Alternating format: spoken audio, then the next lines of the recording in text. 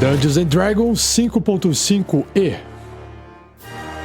Conduzindo o jogo, grupos e narração do livro do mestre. Regras do D&D. Uma produção RPG Next. Este programa só foi produzido e publicado graças aos nossos padrinhos e madrinhas.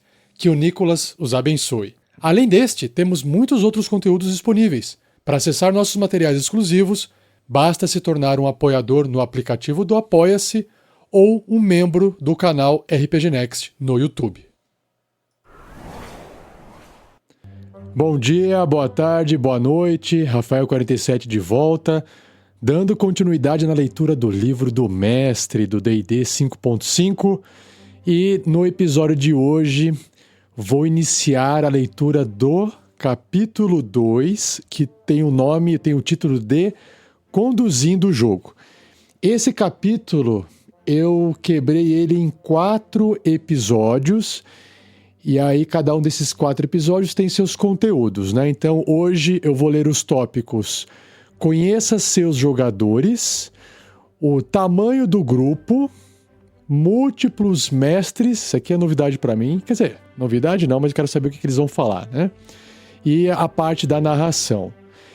E temos uma ilustração para esse novo capítulo, mas aí eu descrevo ela quando estiver projetando aqui na tela as páginas do livro para você. E obviamente aqui chegou o Juan Rubriano dando boa noite aqui no chat, porque estou ao vivo no YouTube. Esse é o primeiro episódio que vai sair ao vivo no mês de julho, por isso que estou aqui ao vivo publicamente. Beleza? Sobre a enquete do episódio passado, a enquete ela teve um pouco menos de respostas porque eu deixei menos tempo disponível para votação. Eu estou fazendo episódios mais perto um dos outros, né? Aproveitar que estou com mais tempo agora. Então, a pergunta que eu fiz no episódio passado, eu perguntei assim: qual dessas ferramentas você considera mais vital para garantir a diversão de todos na mesa? E aí temos aqui 4 opções, onde a mais votada com 55% dos votos foi atmosfera e trilha sonora, com um total de 18 votos dos 33. Olha, se eu fosse votar aqui, também votaria nessa. Eu acho que essa opção de criar uma atmosfera, no caso mais a trilha sonora, porque a atmosfera envolve o ambiente, né? Envolve os props, os itens, mapa, miniaturas, iluminação, mas eu acho que de todas elas, trilha sonora para mim é mais importante hoje. Eu acho que é bem gostoso, né? Mas nós temos aqui a segunda opção mais votada com 21% dos votos, foi a jogadas e dados abertas, que o pessoal acabou escolhendo, foram 7 votos. Assim, é aquela coisa, só podia votar em um, né? Não significa que os outros votos, que a pessoa que votou no um não poderia também ter votado em outro, porque eu também votaria nesse, né? Mas eu queria saber a que a pessoa mais achava importante. E aí nós temos aqui um empate entre a segunda e terceira opção, com 12% dos votos, que são a revisão das ações em jogo, que eu comentei que eu também faço, né? Eu não sabia que isso funcionava assim, tem como voltar, né? É bem comum de fazer isso acontecer, a pessoa tomar uma decisão, perceber que aquela decisão não fazia muito sentido lógico, e eu quero refazer então a decisão. Tranquilo. E a outra opção também, a quarta opção que empatou, foi a delegação de tarefas, que é o mestre poder falar: me ajuda aí a controlar a iniciativa, me ajuda aí a ver tal coisa, delegar tarefas para os jogadores também com 4 votos. E aí teve um comentário lá no grupo dos padrinhos, o Felipe Pinheiro, que fez a votação em revisão de ações em jogo, ele falou assim que é bom para ele, né, para evitar traumas e discussões. Verdade, né? Não tem porquê brigar e discutir e não deixar revisar algumas ações para a gente poder aprender, certo? Tá aí a enquete, no final desse episódio eu trago uma nova para vocês responderem, certinho? Então vamos lá. Só uma atenção aqui antes de eu entrar na leitura propriamente dita do livro. Quero avisar todo mundo que esse episódio faz parte da série com leitura comentada do conteúdo do livro do mestre do D&D 5.5e, publicado pela Wizards of the Coast em 2024. A versão que usamos aqui foi traduzida de forma não oficial, na verdade está sendo traduzida pelo projeto Heróis Anônimos, mas atenção, ouvir esse programa não substitui a aquisição dos livros. O livro do mestre é um manual feito para ser consultado, revisitado e usado como ferramenta na mesa, e por isso você pode apoiar esse projeto e os criadores do jogo através do link de afiliado para a compra oficial do livro na descrição. Agora pegue seus dados, abra o livro e vem comigo se aprofundar nas regras. Simbora então. Então vamos lá, eu tenho aqui uma ilustração lindíssima do capítulo 2, e eu acho que eu já comentei isso quando eu fiz a leitura do livro do jogador, nos episódios passados, que o D&D 5.5, a versão de 2024, trouxe bastante ilustração daquele cartoon, daquele desenho da década de 80, que a gente conhece aqui no Brasil como Caverna do Dragão, e nos Estados Unidos, onde foi criado o desenho, ele só se chamava Dungeons and Dragons. Então, os personagens da Caverna do Dragão, inclusive, eles lançaram algumas aventuras curtas, one-shots, para a gente poder testar o sistema gratuitamente, com os personagens do desenho Caverna do Dragão. E, obviamente, que a capa do livro do mestre tem o Vingador. Tem uma reinterpretação da ilustração, uma ilustração mais sóbria, um pouco mais realista, não é tão cartoonizada igual os desenhos eram, né? Inclusive os personagens da Caverna do Dragão estão mais velhos, porque lá eles eram adolescentes e o Bob era criança, e aí todos eles ficaram mais velhos e o Bob entrou para a adolescência. Pelo menos esse é a minha leitura ali das imagens, das ilustrações que tem. E aqui, no capítulo 2, aparece de novo o Vingador. Só que o Vingador aqui, ele tá com uma aparência de Lich, né? Aquele morto-vivo extremamente poderoso. Ele tem aquela mesma roupinha que só tem um chifre, aquela roupa vermelha que só tem um chifre, as asas, né? E aí o que acontece? Esse Vingador com essa cara de Lich, essa cara de morto-vivo pálido, com os olhos vermelhos, e o rosto um pouco mais esguio e comprido, o corpo dele tá um pouco mais comprido, assim, tá bem amedrontador. Ele tá olhando para uma bola de cristal, do lado dele parece que tem uma criatura, eu não sei se era aquela criatura, eu lembro que tinha uma sombra que investigava nos desenhos, né? Essa sombra, eu não tenho certeza se é uma sombra ali, mas tem um monstro com uma aparência meio demoníaca ali perto dele, e ele tá com as duas mãos envolvendo assim essa orbe, essa bola de cristal, e dentro dessa bola de cristal ele tá enxergando Tiamat, que é a deusa dos dragões cromáticos, né? Que tem 5 cabeças das 5 cores. Então essa é a ilustração, ela tem um ângulo assim meio de baixo para cima, e o que ilumina a cena é a luz emitida dessa bola de cristal.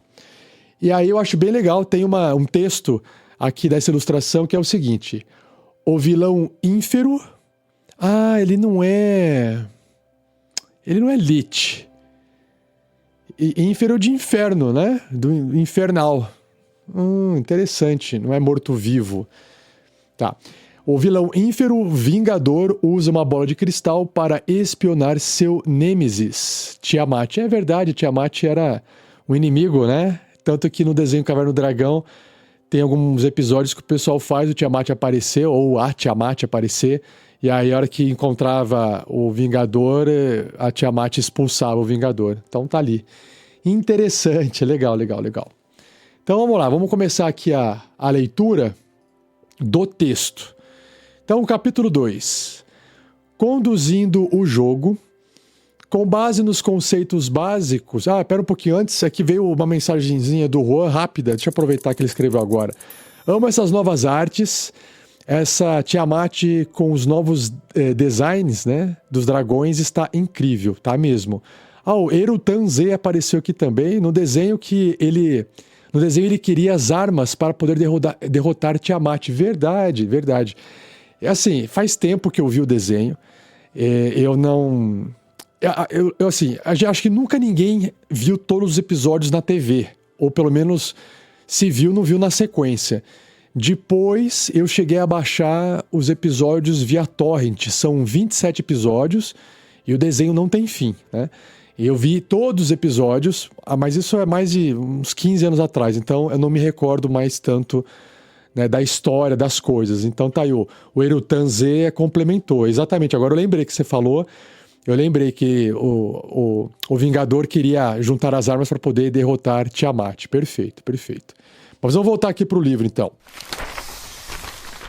Capítulo 2, conduzindo o jogo. Com base nos conceitos básicos introduzidos no capítulo 1, esse capítulo oferece uma análise mais aprofundada sobre como atuar como mestre de jogo em D&D.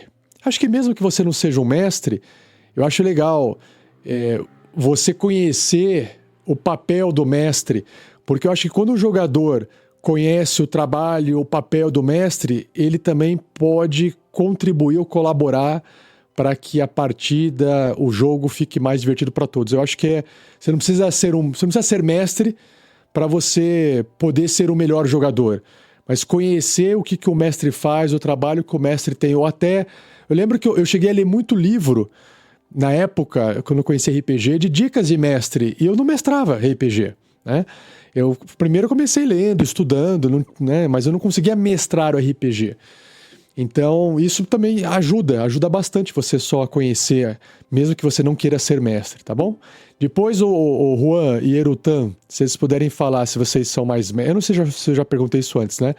Mas se vocês forem mais mestres ou mais jogadores, escreva aí no chat que eu quero saber se você está aqui acompanhando a transmissão porque você é mestre e você quer conhecer mais o livro do mestre aqui, ou não, se você é jogador e está aqui de curioso também, beleza?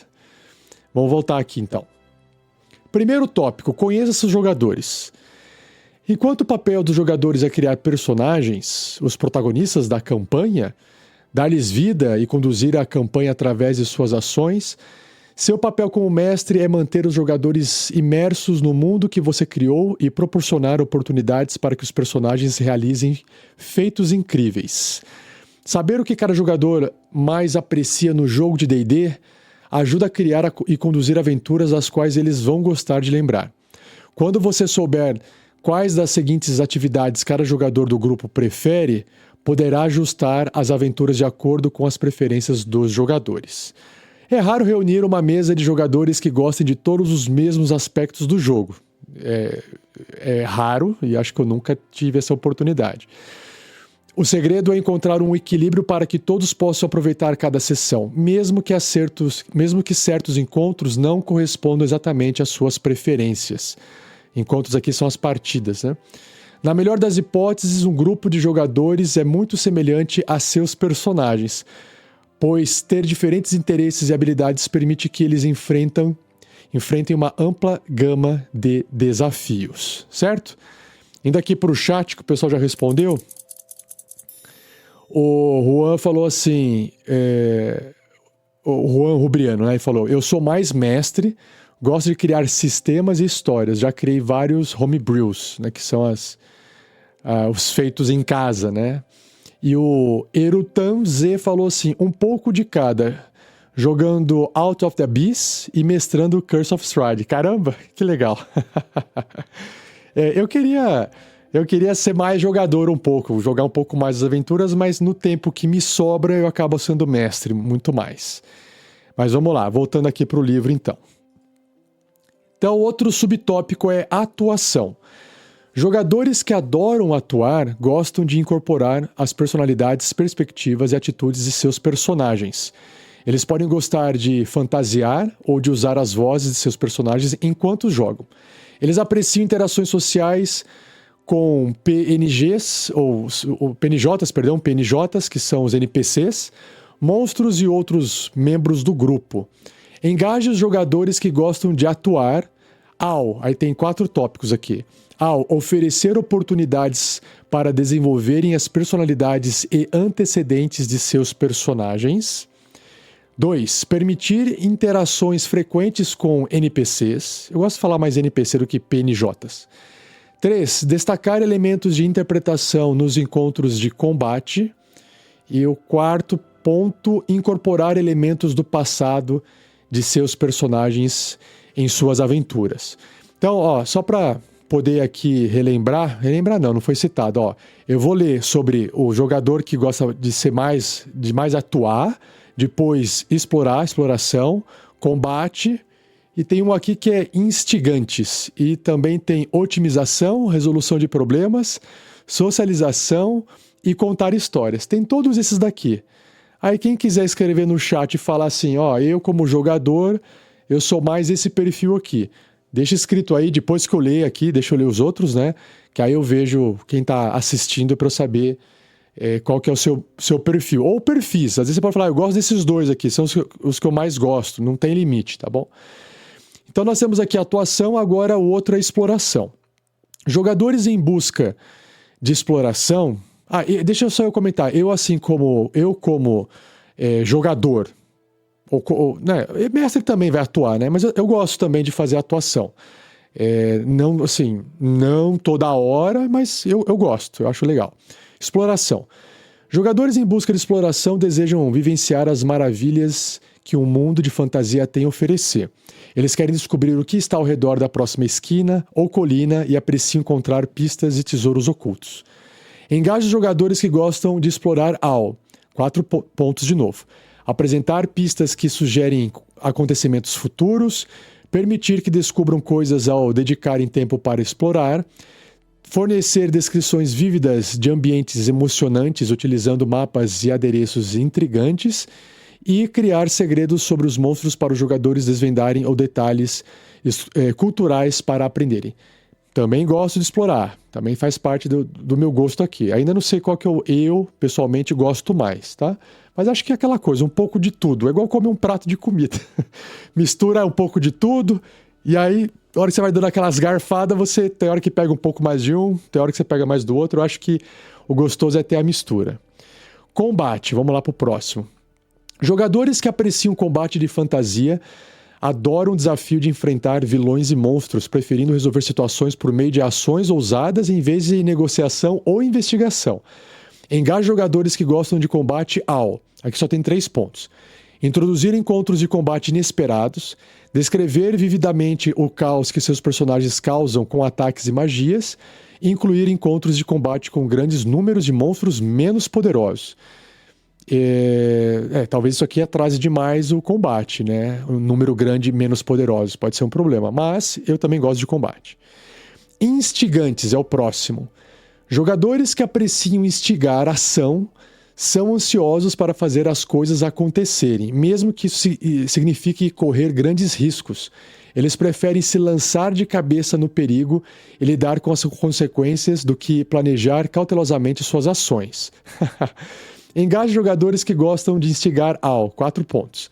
Permitir que suas ações impactem o ambiente, incluir elementos em suas aventuras que ostentem, deixar que suas ações coloquem os personagens em situações difíceis, incluir encontros com NPCs que sejam tão audaciosos e imprevisíveis quanto os jogadores.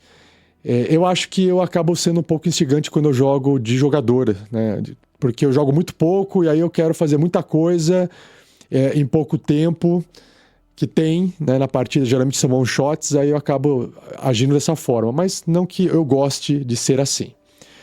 Próximo tópico, otimização.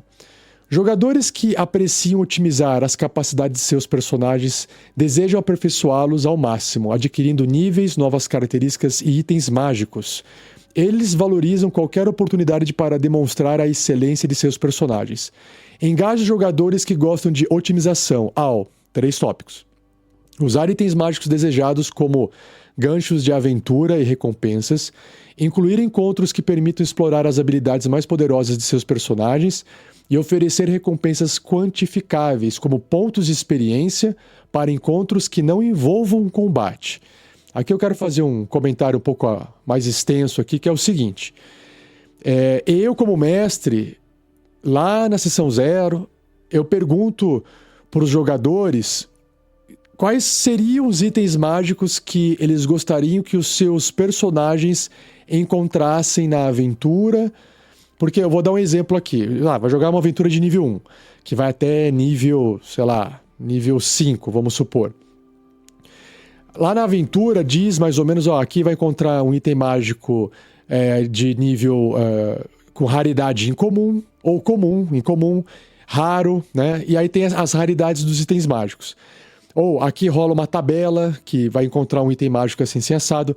Então, assim, claro que em alguns momentos, um item mágico, ele faz parte da narrativa, faz parte da história. E aí é difícil você alterar ele. Mas itens mágicos que estão ali guardados, escondidos, sei lá, numa toca de um monstro, sei lá, poderia ser qualquer um. Por isso que, geralmente, nessas aventuras publicadas oficialmente, vem as tabelas, né, para você rodar. Então, ao invés de eu rodar na tabela e sair um item mágico aleatório, então eu falo assim, olha, aqui nessa aventura tem, um exemplo, tem 5 itens incomuns. Então, cada um de vocês me diga aí um item incomum que gostaria de encontrar para o seu personagem. E aí, no momento em que a aventura chegar naquele ponto de sortear o item mágico, se sair o item mágico incomum, eu sorteio qual dos 5 itens sai, entendeu? Falo, ó, saiu esse item aqui que é o que você queria. Isso é legal. A mesma coisa por item raro, só que o item raro não vai ter 5, por exemplo, vai ter, sei lá, 2, vamos supor. Mas mesmo assim, eu pergunto para todos os jogadores, eu falo assim, olha, quais são os itens raros que vocês... Me fala um item raro que você gostaria de encontrar pro seu personagem. Aí cada um me fala o seu. Aí no dia, eu sorteio, se saiu item raro, sorteio um dos jogadores e falo assim, ó, você foi sorteado e você achou esse item raro que é o item que ele queria, entendeu? Eu costumo fazer isso. Eu pergunto, tem jogador que fala assim, eu não me importo, o que vier veio. Eu como jogador, eu não sei se eu me importaria tanto. Acho que depende muito. Se você for jogar uma campanha longa, talvez você queira otimizar, porque você vai passar mais tempo com o seu personagem. Numa aventura curta, não faz tanta diferença. Mas não custa nada perguntar para o jogador a preferência dele, já que ele vai ficar um bom tempo jogando com você, certo? Vou terminar de ler aqui os outros tópicos. Vamos lá. Resolução de problemas. Otimização, acabou a página. Deixa eu virar a página aqui. Aqui, aí, beleza. Próxima página. Depois eu vejo a ilustração ali que tem. Otimização. Resolução de problemas. Isso. Jogadores que apreciam resolver problemas gostam de analisar as motivações dos NPCs, desvendar as tramas dos vilões, solucionar enigmas e elaborar estratégias. Engaje jogadores que gostam de resolver problemas ao 3 pontos. Incluir enigmas e situações desafiadoras que exijam reflexão, recompensar o planejamento e táticas com benefícios no jogo e criar NPCs com motivações complexas. E aí nós temos a socialização, que não vai ter nenhum tópico de dica, mas ele tem um texto só que é: muitos grupos incluem jogadores que participam do jogo principalmente porque apreciam o evento social e desejam passar tempo com os amigos. Não porque estejam particularmente envolvidos em alguma parte específica do jogo, e esses jogadores querem participar, mas geralmente não se importam em estar profundamente imersos na aventura e tendem a não ser assertivos ou muito envolvidos com os detalhes do jogo, regras ou história. Como regra, não tente forçar esses jogadores a se envolverem mais do que eles desejam. Aqui, eu acho que todo mundo vai ter um pouco disso, obviamente. Eu já tive jogadores que eu nunca perguntei, tá? Mas assim, pelo comportamento, eu poderia afirmar com uma grande chance de certeza, de acerto, que eles estavam ali jogando só para poder socializar. Eram jogadores que não entendiam da regra direito, não entendiam o que o seu personagem fazia direito, não se preocupava muito se a regra era X ou Y, não interagia muito com o NPC, não interpretava muito. Eu percebia que ele gostava de estar participando, de estar junto com a galera, dando risada. E é ótimo. Eu acho que se a pessoa consegue se divertir só estando junto, puxa, eu acho que para essa pessoa, inclusive, o RPG fica muito mais gostoso até. Fica até mais fácil de aproveitar, né? Porque às vezes a pessoa fala, eu quero ter combate. Enquanto não tem combate, ele não tá se divertindo. Aqui, para ele, o que tiver, ele tá gostando, né? Não sei se você também é assim. E por fim, aqui, antes de eu ler o chat, contar histórias. Jogadores que apreciam contar histórias desejam contribuir para uma narrativa. Eles gostam quando seus personagens estão profundamente envolvidos em uma trama em desenvolvimento e valorizam encontros que se conectam a um enredo geral. Então, engaje jogadores que gostam de contar histórias com 5 pontos. Então, ao utilizar os antecedentes de seus personagens para moldar as histórias da campanha, isso aqui eu vou fazer um comentário porque não é tão fácil assim. Assegurar que os encontros avancem a história, também problemático. permitir que as ações de seus personagens influenciem eventos futuros, outro problema. Dar aos NPCs características e conexões que os aventureiros podem explorar para descobrir novas oportunidades de aventura e incluir elementos de trama que façam referência a decisões que os aventureiros tomaram anteriormente. Então vamos lá. Eu vou fazer aqui uns comentários, depois eu leio o chat, que é o seguinte. Essa parte aqui de contar histórias, eu acho que é aquela coisa, a gente retoma aquele assunto de que, para mim, a história está sendo contada de forma colaborativa. Não é o mestre o único responsável por contar essa história. E os jogadores podem participar. Nessa primeira dica aqui de engajamento, ó, utilizar os antecedentes de seus personagens para mudar as histórias da campanha, eu acho complicado, não porque eu não queira fazer, tanto que eu já fiz, tá? Eu já fiz. O meu aviso aqui é só uma atenção para o mestre que está começando agora, ou que não, de repente quer fazer isso. É só assim, tome cuidado. Então, o primeiro ponto que eu já falei, vou repetir. Se o jogador que estava afim de que a história fosse moldada pelo antecedente do seu personagem, se esse jogador sair da mesa, o que acontece com a sua aventura? Então, é esse o cuidado que eu quero que você tome. Não molde a aventura, não crie a aventura em torno do personagem, porque se esse personagem sair, você pode ter perdido o trabalho como mestre. Então, eu prefiro que a história seja construída em conjunto, ao invés do mestre ir lá e montar aquilo do jeito dele, considerando a história do personagem, e o jogador ficar ali só sentado esperando, vamos ver o que o mestre criou para mim. Aí, se são 5 jogadores querendo fazer isso na mesa, olha o trabalho do mestre. Então, tome cuidado, né? O outro tópico é esse aqui. Assegurar que os encontros avancem a história. Assegurar, eu acho uma palavra forte. Claro que ele está falando assim, se você quer contar a história, tem que assegurar que isso aconteça.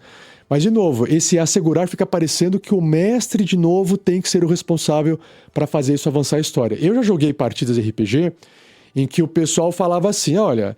Cara, né, sabe, num combate, por que tá tendo esse combate? Esse combate não tá avançando a história. Mas pera um pouquinho, né? Se você tá numa cidade, teve uma invasão de criaturas, essa invasão de criaturas, ela tem um motivo. Agora, não é um encontro aleatório, não é simplesmente vieram criaturas e estão atacando você só porque sim, para ter combate. Isso faz parte da história. Mas aí você pode falar assim, tá, mas não tá avançando a história. Pô, seriados, né? A gente vê direto isso acontecendo. Mas assim, na minha visão por mais que não possa estar avançando a história, que realmente às vezes pode não estar avançando a história da forma que era esperada, são oportunidades de você construir personalidade do seu personagem. Como é que ele lida com aquela situação? E se os inimigos estiverem atacando a população da cidade, sabe, vai impactar alguma coisa. Você pode, de repente, ter um NPC lá que era o ferreiro da cidade, está sendo atacado, ele pode morrer, e você se importa com ele. Pode afetar alguma coisa. Então, eu não vou falar assegurar, mas eu acho que, se você gosta do combate, você pode até falar assim, esse combate não foi legal. Por que ele não foi legal? Teve muito personagem, beleza? Vamos colocar menos monstros, né? Não, isso é porque não avançou a história, tá? Então, eu entendo que que é importante construir isso, mas tem que fazer isso também com parcimônia, porque será que todo encontro, todo combate precisa avançar a história necessariamente? Claro, a gente está no tópico de contar história. Ele está falando assim, se você quiser estar nesse tópico de melhorar a contação de história, tem que ter isso. Beleza. Mas é que eu acho que é mais complicado de fazer isso. O outro tópico é permitir que as ações de seus personagens influenciem eventos futuros. É outro ponto complicado. Porque assim, o que significa influenciar eventos futuros? Entende? Imagina que você está jogando um jogo digital. Você joga o jogo digital dezenas de vezes. Vamos pegar Diablo, né? Diablo é uma boa referência aí. Você joga o jogo dezenas e dezenas de vezes. Quantas vezes você influenciou o futuro? Né? Nenhuma vez. Essa que é a verdade. O que você influencia você constrói um personagem diferente, com armas diferentes, usa estratégias diferentes, mas você vai enfrentar os mesmos inimigos, você vai ter o mesmo desafio, e as pessoas jogam dezenas de vezes, horas e horas e horas, certo? Claro que talvez elas não estejam jogando pela história, mas pelo desafio tático do combate. Tudo bem. Mas assim, se a história fosse chata, se a história fosse ruim, a pessoa também não jogaria. Então, ainda assim... Então, é aquela coisa, permitir que as ações dos seus personagens influenciem eventos futuros, tem que tomar cuidado. Isso tem que ser construído com parcimônia. Porque senão, daqui a pouco, você vai ter que reescrever, repreparar completamente sua aventura. Se o mestre está jogando uma aventura onde ele não preparou e não construiu o que vai acontecer no futuro, aí eu acho que tudo bem. Aí você pode ir construindo junto com os jogadores. Mas aí volta naquilo que eu falei. Se trata de construção, né, de contação de história de forma colaborativa. Ok? O mestre está construindo junto com os jogadores. Essa aqui eu vou ler todos os tópicos, porque todos eu tenho que comentar de novo. Ó. Dar aos NPCs características e conexões que os aventureiros podem explorar para descobrir novas oportunidades de aventura. Também tem que ser feito com parcimônia, porque você fala assim, cada personagem quer um tipo de conexão diferente. É difícil. Às vezes é mais fácil você pegar um que tem mais a ver com a aventura que você preparou e usar aquela linha daquele personagem, porque por acaso do destino e por acaso do background dele, faz mais sentido aquele passado, entende? Aí você amarra um pouquinho mais, porque vai ter jogador que vai puxar um pouco mais esse lado e vai pedir um pouco mais. Outro jogador não vai se importar tanto. Então aí você entrega um pouco mais para aquele jogador. E por fim, incluir elementos de trama que façam referência a decisões que os aventureiros tomaram anteriormente. Isso aqui não é tão difícil, porque você pode... os caras tomaram uma decisão aqui em, sei lá, em não levar uma arma importante junto com eles... E agora vai ter uma consequência negativa no próximo episódio por estar sem essa arma que eles não esqueceram de levar ou não quiseram levar. Acho que pequenos ajustes, episódio a episódio, eu acho que faz mais sentido, porque ele já vai ser resolvido no próximo episódio. O difícil é quando você quer criar uma cadeia de coisas acontecendo que aí vira efeito borboleta. É difícil. Pro mestre é muito difícil. Falar, por causa disso acontece isso, por causa disso acontece assado. Não tem como você prever. Então, se você quiser fazer algum ajuste, eu ajustaria coisas assim, o que isso vai impactar no próximo episódio? Às vezes, uma escolha que ele fez na cidade, vou dar outro exemplo, o pessoal estava na cidade e fez uma escolha na cidade. O próximo episódio vai ser na caverna. Então, o que vai estar acontecendo na cidade com base nessa escolha? Eu vou dar um outro exemplo aqui, para assim, se não ficar parecendo que eu não gosto de fazer isso. Não, eu faço, só que dá trabalho. Eu só quero avisar de que isso dá trabalho. Então, por exemplo, eu vou pegar ali a aventura que eu estava mestrando, que existia uma gruta dos goblins. Uma gruta dos gnomos. Falei errado, dos gnomos. Existia uma gruta lá, a caverna dos gnomos. Existia... Eu vou falar assim... Não sei se vai ser spoiler, porque eu não vou falar qualquer aventura, mas enfim. Existia ali um mímico. Um mímico que estava escondido dentro da gruta dos gnomos. Esse mímico, obviamente, ele estava disfarçado de objetos e atacava gnomos sozinhos para se alimentar. Um dos problemas dentro da gruta dos gnomos era que o rei lá estava tentando lidar com isso porque eles não conseguiam saber onde estava esse mímico. Uma vez que os aventureiros aparecem lá, o rei ali fala assim, vocês querem minha ajuda? Então me ajudem com o meu problema aqui dentro. Procurem onde está, tentem descobrir onde está esse mímico e tentem se livrar desse mímico para mim, ok? Essa era a conversa. E aí eu lembro que um grupo meio específico de aventureiros, eu não lembro se eles não quiseram procurar o mímico ou se eles tentaram e não encontraram porque não conseguiram ser bem-sucedidos nos testes e tal. O final da história é assim... Eles não eliminaram o mímico, mentiram, e na mentira eles conseguiram convencer de que o problema estava resolvido, porque passaram nos testes lá de enganação, enganaram o rei, e foram embora. Aí o que eu fiz? Eu falei, eu anotei, falou, aqui, esse mímico aqui, ele vai continuar se alimentando dos gnomos, e ele vai continuar crescendo. E eu só fiz essa anotação.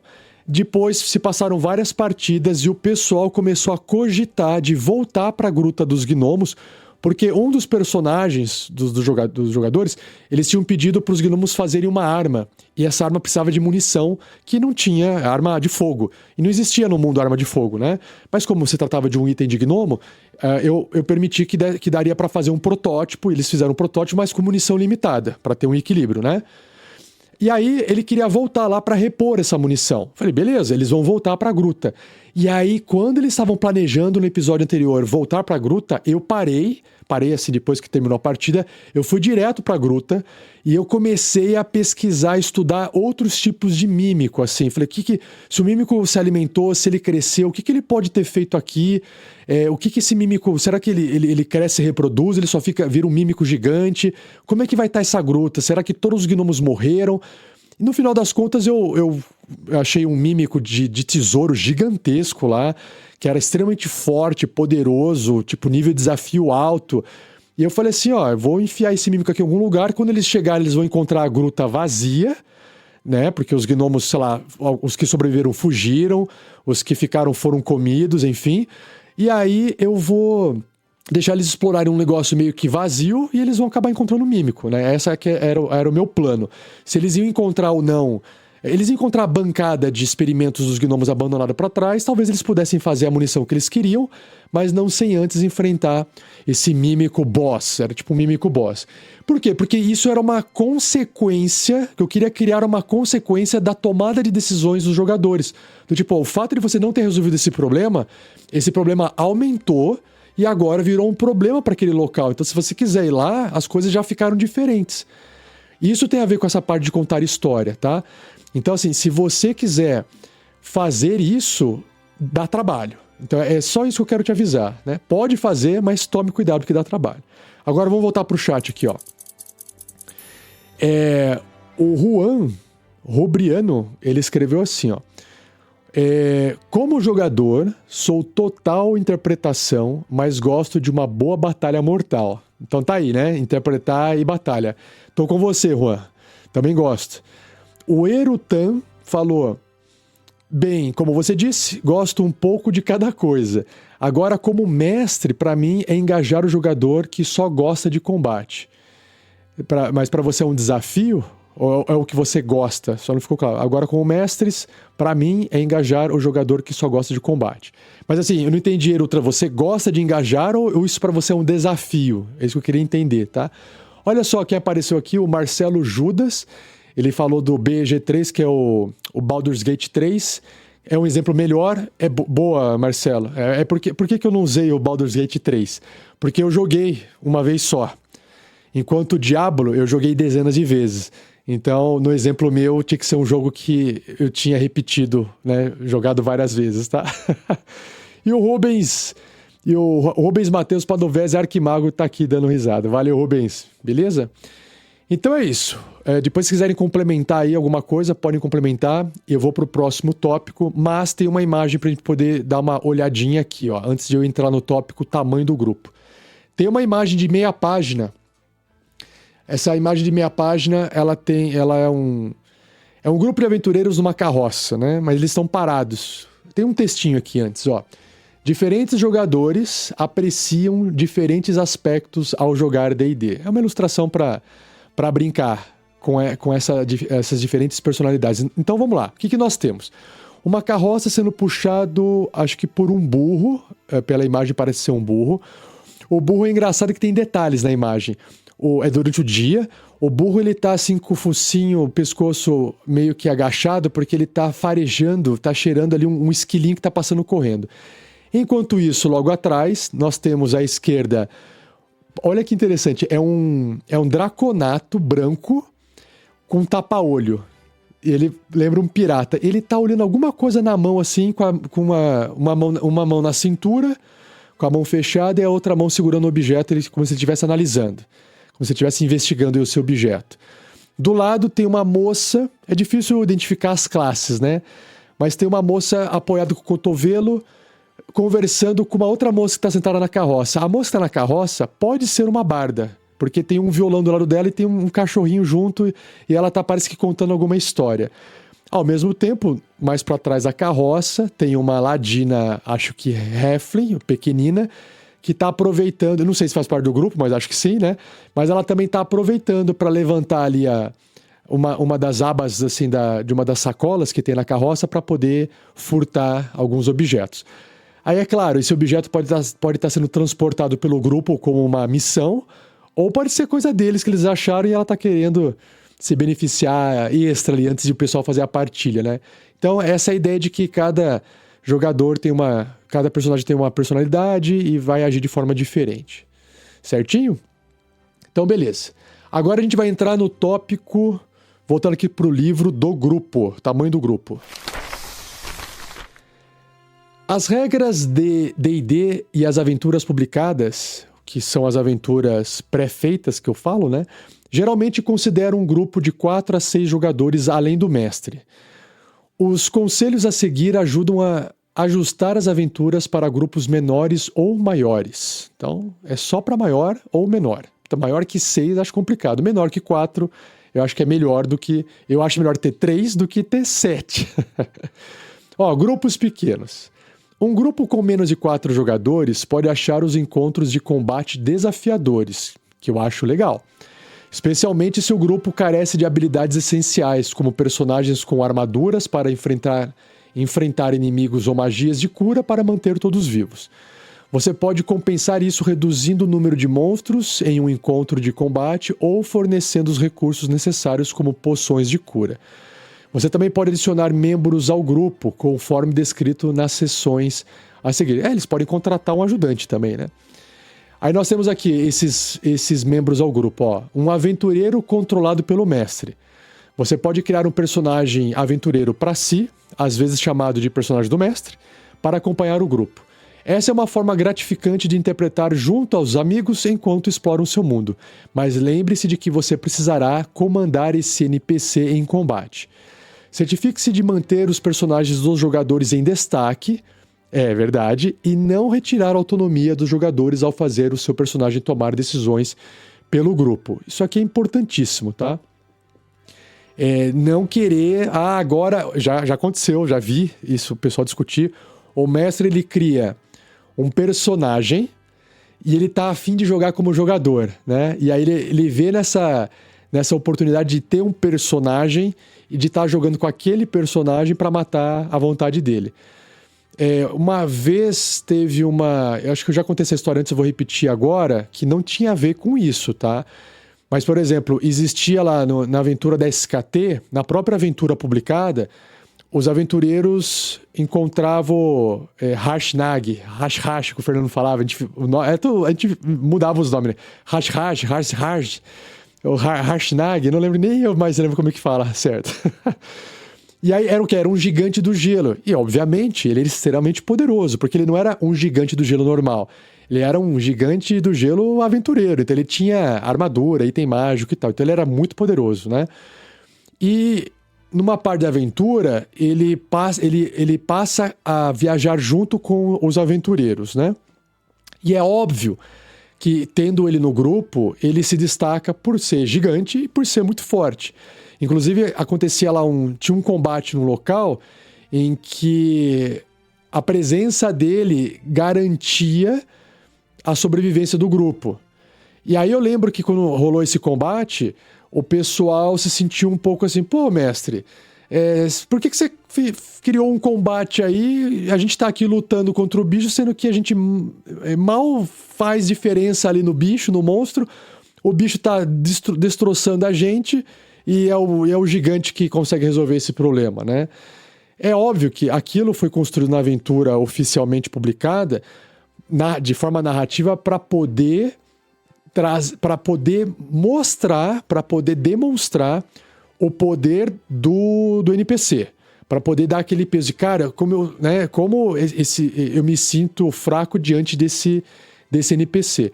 E é óbvio que talvez, dependendo da situação, os designers da aventura poderiam ter tentado reduzir, quebrar um pouco essa, vamos planejar duas coisas. Enquanto o gigante está lutando com um monstro sozinho e está dando conta daquele monstro sozinho, os aventureiros têm que dar conta de outro monstro e eles sozinhos, juntos, também conseguem lidar. E aí não misturava. Talvez se fosse uma decisão de design que daria para ter feito para não ocorrer esse conflito do tipo, ó, se esse cara não tiver aqui lutando com vocês vão morrer, sabe? Não queria morrer, mas a chance de sobrevivência era muito pequena. E isso tirou, por um momento, o protagonismo dos jogadores. Mas foi uma questão, assim, de, acho que 3 rodadas. Não foi uma coisa muito longa. Mas existia por trás uma justificativa, porque esse mesmo NPC, spoiler aqui, né? Talvez eu dei uma spoiler aqui. Esse mesmo NPC gigante fortão, ele ia, num segundo momento, ele teria um outro encontro e aí ele ia apanhar, entende? Para poder fazer essa diferença de poder entre os NPCs, para poder causar um drama, para causar um medo, tá? Então foi uma decisão muito mais narrativa do que uma decisão gameista por parte dos designers. Daria para ter corrigido? Daria. Mas aí foi aquela coisa, pode ter jogador que não se importa com isso, se for por um momento pequeno e curto. E outra, eu como mestre estava conduzindo a aventura do jeito que ela tinha sido preparada. E eu não parei para pensar nisso. Falei, será que nesse momento esse NPC super forte vai tirar a autonomia dos jogadores? Não parei para pensar nisso, né? E aquela coisa, não fui eu que desenhei, então eu não sabia como é que o combate ia acontecer, né? Eu só estava seguindo a aventura nesse ponto. Enfim, fica aí a observação, a história compartilhada com vocês. Voltando aqui. Outra coisa que o mestre pode fazer é colocar membros NPCs do grupo. Você pode adicionar personagens não jogadores, NPCs, ao grupo de aventureiros. Utilize os blocos e estatísticas de NPCs do livro dos monstros para representar esses personagens de apoio. Se preferir não controlá-los você mesmo, convide um ou mais jogadores para assumir um NPC como personagem secundário. Esses NPCs podem ser aprendizes ou empregados dos aventureiros, portanto é natural que os personagens principais liderem na exploração e nas interações sociais, enquanto os NPCs permanecem em segundo plano. Veja personagens não jogadores no capítulo 3 para mais informações. Aqui é óbvio, né, gente?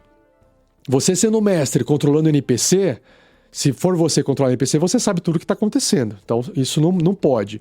Outra, o jogador controlando o NPC, ele tem aquela liberdade de fazer o que quiser com o NPC, né? Mas assim, talvez, eu não sei como fazer isso conversando, mas acho que o jogador, vamos supor que vou dar um exemplo aqui. Vamos supor que uma mulher da vila que foi atacada por orcs, ela perdeu tudo. Perdeu sua família, perdeu a cidade, perdeu seu negócio, perdeu o que quer que ela tivesse como meio de sobrevivência.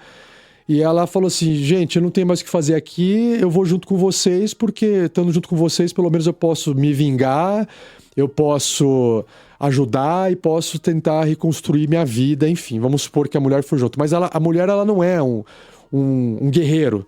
Ela é um NPC fraco lá. Beleza. Aí você coloca esse NPC na mão de um jogador. Aí o que o jogador faz? O jogador, espertamente, ele fala, bom, opa, ouvimos um barulho ali vindo do arbusto. Em vez de ele, o guerreiro ou o paladino, ir investigar, ele manda a mulher ir investigar. Por quê? Porque se for alguma coisa perigosa e causar algum dano, vai causar o dano no NPC e não no meu personagem, sabe? Pode acontecer esse tipo de coisa, eu acho que depende da maturidade dos jogadores.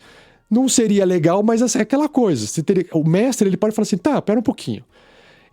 O que tá fazendo? Você pode interromper a decisão do jogador que tá controlando o NPC e perguntar, e falar assim, olha, pera, você vai ter que justificar, faça uma fala, faça um pensamento. Por que essa personagem, que é claramente mais fraca do que vocês, menos experiente, menos equipada, talvez não tenha armadura, talvez não tenha arma adequada, por que ela está indo na frente e investigar e correr risco de vida, sendo que vocês estão muito mais bem preparados para isso? O que justifica ela ir na frente? Se o jogador conseguir criar uma justificativa narrativa, ela pode estar irritada, ela pode estar com sangue nos olhos, ela pode estar depressiva, ela pode não estar se importando mais com a segurança pessoal dela. Eu acho que tudo isso é válido. Tá? Eu só acho que a decisão do jogador não pode ser meramente estratégica. Ela tem que ter uma narrativa por trás, para ficar interessante. Claro que situações dessas, quando o jogador fala, eu mando a mulher lá na frente, e, no mínimo vai gerar uma situação tragicômica. As pessoas vão dar risada, né, para ver o que vai acontecer, e pode gerar uma situação engraçada, tá? Se você se divertir com isso, também não vejo problema. Então eu não quero dizer como é que as pessoas devem jogar, mas acho que é importante, né, levantar vários pontos que podem acontecer aqui para ajudar o mestre a ficar mais preparado. Outra coisa também, nessa aventura da SKT, no segundo capítulo da aventura, eu não sei se era todos os segundos capítulos, mas lá naquela cidade que eles passaram, que é a cidade... Qual era o nome da cidade? Campos Dourados. Tinha preparado na aventura vários NPCs que, quando fosse ocorrer a invasão dos humanoides lá, com os gigantes e os goblins lá, não lembro se era goblin ou orc agora, acho que tinha goblin, né? E hobgoblin e tal. Quando ocorresse a invasão, cada um dos jogadores ainda poderia controlar um NPC que eles encontraram na cidade e puderam conversar. Porque como era um combate com muitos tokens, né, muitos monstros, para não ficar assim o mestre controlando um monte de NPC, que é, sei lá, a guarda da cidade, um bicho árvore, o padre não sei da onde. Em vez do mestre ficar controlando um monte de NPC além dos monstros, a ideia foi de que não, coloque esses NPCs na mão dos jogadores, deixem que eles controlem, porque vai ter muito monstro para o mestre controlar. Eu achei que foi uma ótima decisão de design, e o legal foi que quando eu fui preparar essa aventura, esse capítulo da aventura, eu tentei pegar qual personagem, qual NPC mais conseguiria se identificar ou com o jogador ou com o personagem daquele jogador, que casasse melhor assim para que aquele jogador pudesse interpretar. Eu fiz uma escolha lá, eu não podia falar, né? Porque senão estragava. Então eu fiz uma escolha e no dia do combate lá que aconteceu, eu falei assim, Fernando, agora você controla esse, Pedro, você controla esse, né? Shelly, você controla esse, Vinícius, você controla esse. Eu passei um para cada um, e cada um controlou o seu, e foi bacana, e foi legal. Vamos voltar aqui pro livro. Mais uma dica aqui, ó. Jogadores com múltiplos personagens. Foi o que eu acabei de descrever, eu acho, ó. Um ou mais jogadores podem interpretar 2 personagens cada. Não, não, isso aqui é outra coisa. Eu vou ler aqui primeiro, ó. Jogar com 2 personagens simultaneamente é um desafio. Então certifique-se de que os jogadores estão confortáveis com essa responsabilidade. Essa abordagem funciona melhor em um jogo focado em combate, pois preenche o grupo com personagens capacitados para o combate. Pode ser difícil para um jogador interpretar 2 personagens ao mesmo tempo. Você pode sugerir que o jogador se concentre na interpretação de um personagem enquanto deixa o outro em um papel de apoio. Aqui é tranquilo, eu acho que eu nunca joguei desse jeito, mas eu não vejo problema. Você tem lá 2 jogadores, um mestre. Você precisa de 4 personagens para ter um equilíbrio bom, certo? Beleza, resolvido. Gente, cada um de vocês controla 2 personagens. É igual você jogar um Baldur's Gate 3, igual o Marcelo Judas falou ali, né? No Baldur's Gate 3 você não controla 5 ou 4, não lembro agora, personagens ao mesmo tempo? E geralmente quando você faz isso, eu não sei, eu acho, tá? Eu faço isso. Um dos personagens, que é aquele que você constrói no começo da aventura, que você começa sozinho, né? Você acaba centralizando nele as conversas, os itens mágicos, você prioriza ele, né? Você fala, primeiro eu vou ver se funciona bem para ele, senão eu passo pro outro, sabe? Eu acho um pouco difícil, pode acontecer, mas acho difícil durante a aventura o jogador acabar trocando, falar, tô gostando mais desse do que esse que eu comecei, né?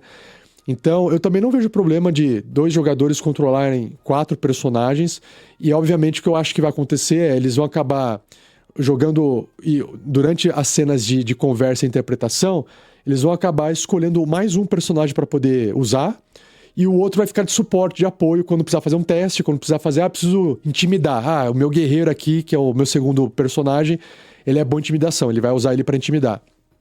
Eu preciso agora escalar a parede. Eu não consigo escalar a parede, meu personagem principal não escala, então vou pedir pro outro. Então, eu acho que vai acabar funcionando dessa forma, e eu acho que até funciona. Vai ter menos cabeças pensantes, vai ter menos diversidade, menos criatividade, Mas, se você tiver só 2 jogadores e um mestre, 3 pessoas, que às vezes é tudo que tem pra começar a jogar RPG, não fica esperando juntar um grupo de 4, de 5 pessoas, 6 pessoas.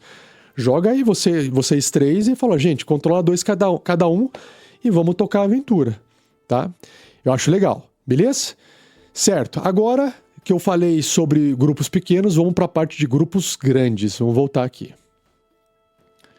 Grupos grandes. As principais considerações com grupos grandes são manter a ordem à mesa e evitar que o combate se torne excessivamente lento. Nossa senhora, eu acho péssimo isso, mas vamos lá. Líder do grupo. Considere pedir aos jogadores que escolham um líder do grupo, que será a única pessoa a informar o que o grupo está fazendo. Caramba. Cabe ao líder colaborar com os demais jogadores para encontrar consensos sobre as ações do grupo. É um ajudante do mestre, né? Outro ponto, acelerando o combate. Jogadores que precisam esperar muito tempo entre as ações de seus personagens no combate podem se distrair. Considere essas dicas para acelerar o combate em grupos grandes. Ele está trazendo aqui 1, 2, 3, 4 dicas. Primeira dica, seja generoso com as informações. Se você informar os jogadores qual é a classe armadura dos oponentes, reduzirá as etapas necessárias para resolver um ataque. Em vez de informar um número e perguntar se atingiu, um jogador pode simplesmente declarar que o ataque foi bem sucedido e quanto dano causou, adicionando uma narração se desejar. Da mesma forma, se você souber a CA de cada personagem, não precisará perguntar se o ataque de um monstro atingiu. Interessante, tá? Bom, numa mesa virtual, né, num VTT, você consegue fazer isso mais fácil ainda. Segundo, ajude os jogadores a acompanharem. Se um jogador não souber o que fazer em seu turno de combate, ajude a decidir oferecendo um breve resumo da situação da batalha. Quantos inimigos ainda estão de pé e quão feridos aparentam? Qual é a ameaça mais imediata para aquele personagem? Ok. Terceiro, deixe a iniciativa visível. Exiba a ordem de iniciativa para que os jogadores saibam quando o turno de seus personagens está se aproximando e possam planejar suas ações para o próximo turno.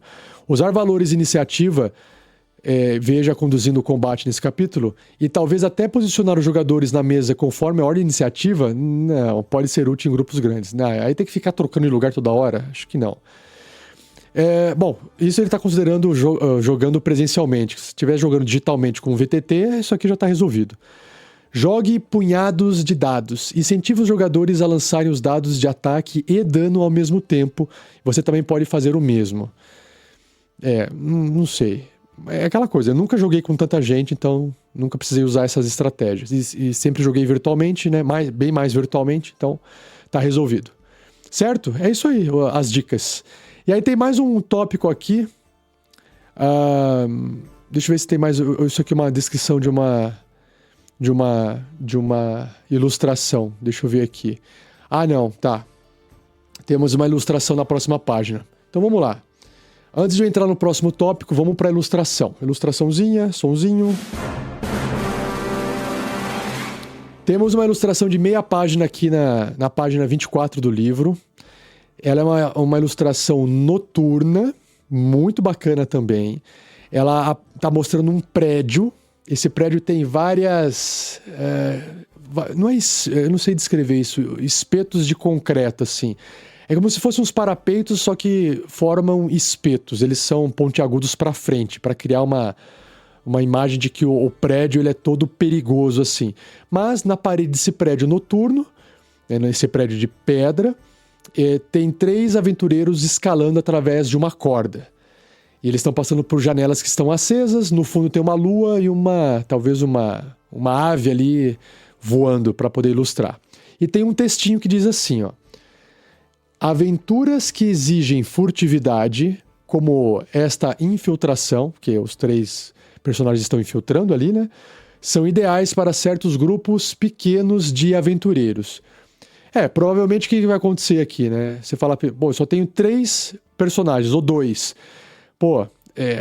Você não vai querer entrar pela porta da frente chamando todo mundo pro combate, né? Você vai ter que tentar ser muito mais furtivo.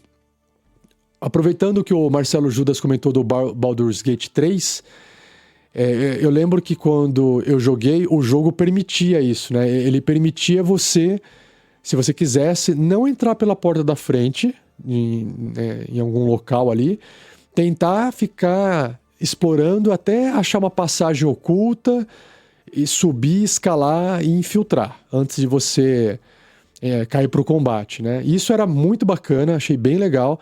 E às vezes, para você conseguir fazer isso, você tinha que mandar o personagem para frente, que era o mais furtivo, porque a chance de você mandar todo mundo junto com um guerreiro lá de armadurado fazendo barulho e de ele não passar no teste de furtividade era alto, e aí ativar o combate.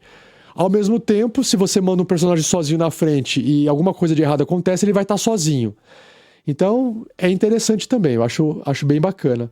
Eu nunca joguei uma aventura com poucos personagens e nunca vi ninguém ter uma abordagem mais furtiva. Geralmente os jogadores, pela minha experiência, assim, os jogadores eles começam gostando da narrativa, isso no D&D, né?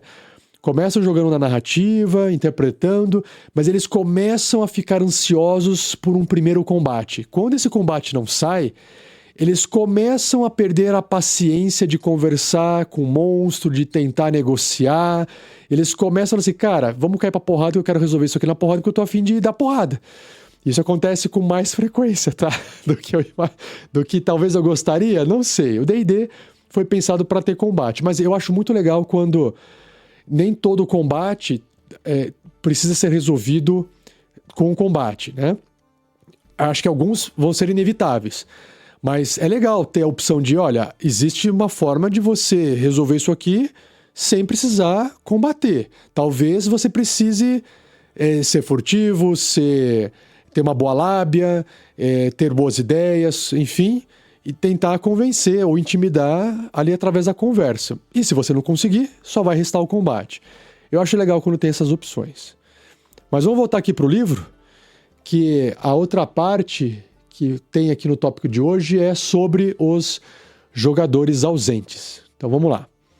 O que acontece quando alguém faltar, né? Quando o jogador está ausente, o que fazer com o personagem desse jogador? Considere as opções a seguir. Eu vou ler aqui primeiro, depois eu conto mais uma historinha. Desaparecendo em segundo plano. Deixe o personagem desaparecer na história. Isso requer que todos saiam um pouco do mundo do jogo e suspendam a descrença. Mas pode ser a solução mais simples.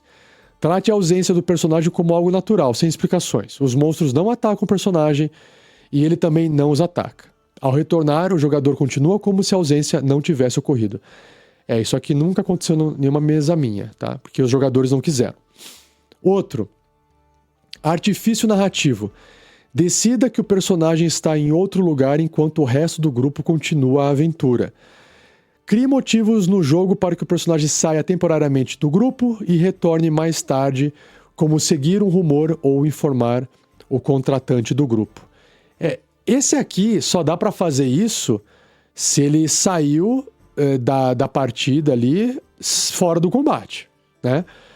Agora, no meio do combate, quando uma partida acaba no meio do combate e na próxima vai continuar o combate, e aí ele faltou na próxima partida, aí já não dá para você colocar esse artifício narrativo. Quer dizer, não dá. A não ser que você fale assim, ele tá tendo um ataque epilético e caiu no chão, né? Ou ele desmaiou. Teve ali alguma coisa súbita, caiu no chão e desmaiou. Não tá morto, mas tá desmaiado. É um artifício narrativo. Pode ser. Mas aí tem que ver com o pessoal. Outro tópico aqui, outra dica. Jogador substituto. Com o consentimento do jogador ausente, permita que outro jogador controle o personagem ou assuma o controle você mesmo, caso se sinta confortável. Quem controlar o personagem precisa de uma cópia da ficha e deve tentar mantê-lo seguro utilizando seus recursos com sabedoria. Dê aos personagens ausentes a mesma quantidade de XP que os outros personagens ganham em cada sessão, mantendo o grupo no mesmo nível. Alguns...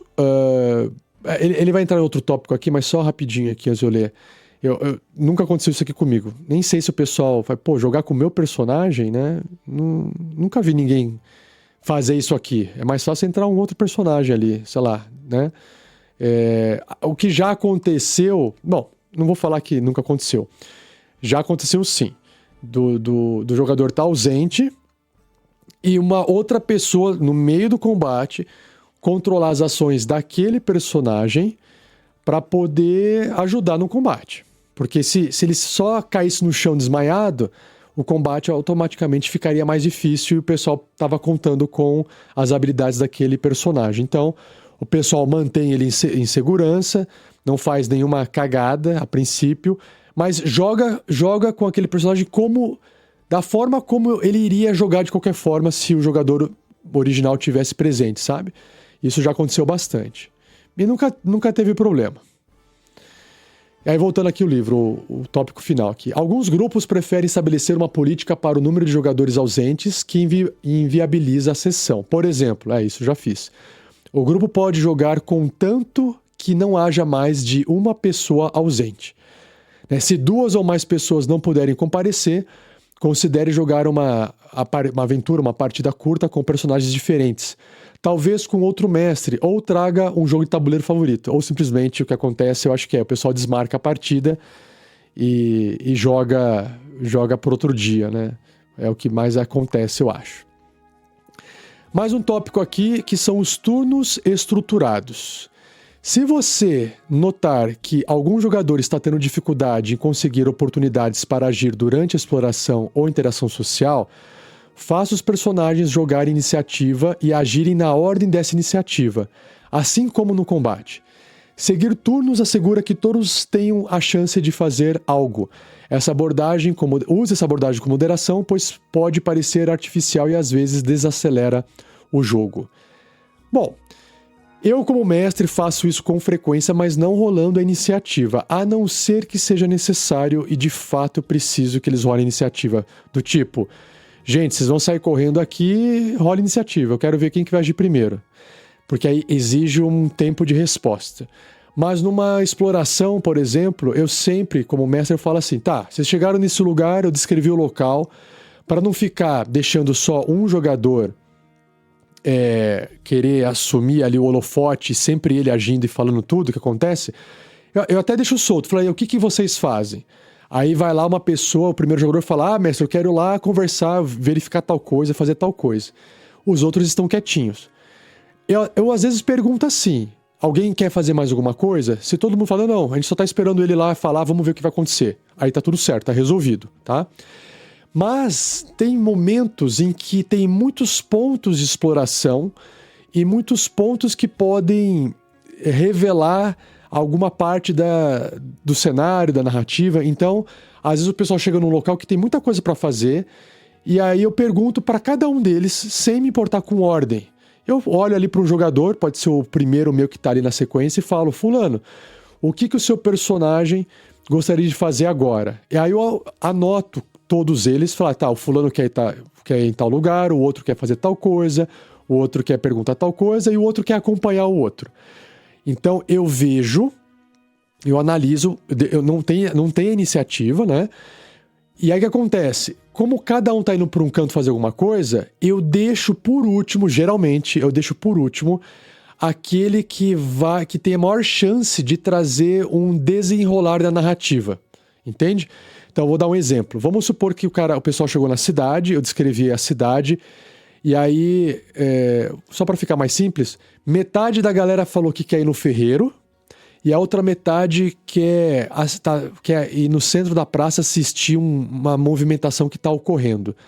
E vamos supor que na aventura, aquela movimentação no centro da praça é o que vai dar continuidade na narrativa, certo?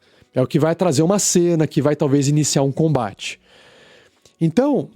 eu falo, tá, o que vocês querem fazer no ferreiro? Aí eu pergunto um pouco para entender o que eles querem fazer no ferreiro, antes de eu revelar a cena do centro da cidade.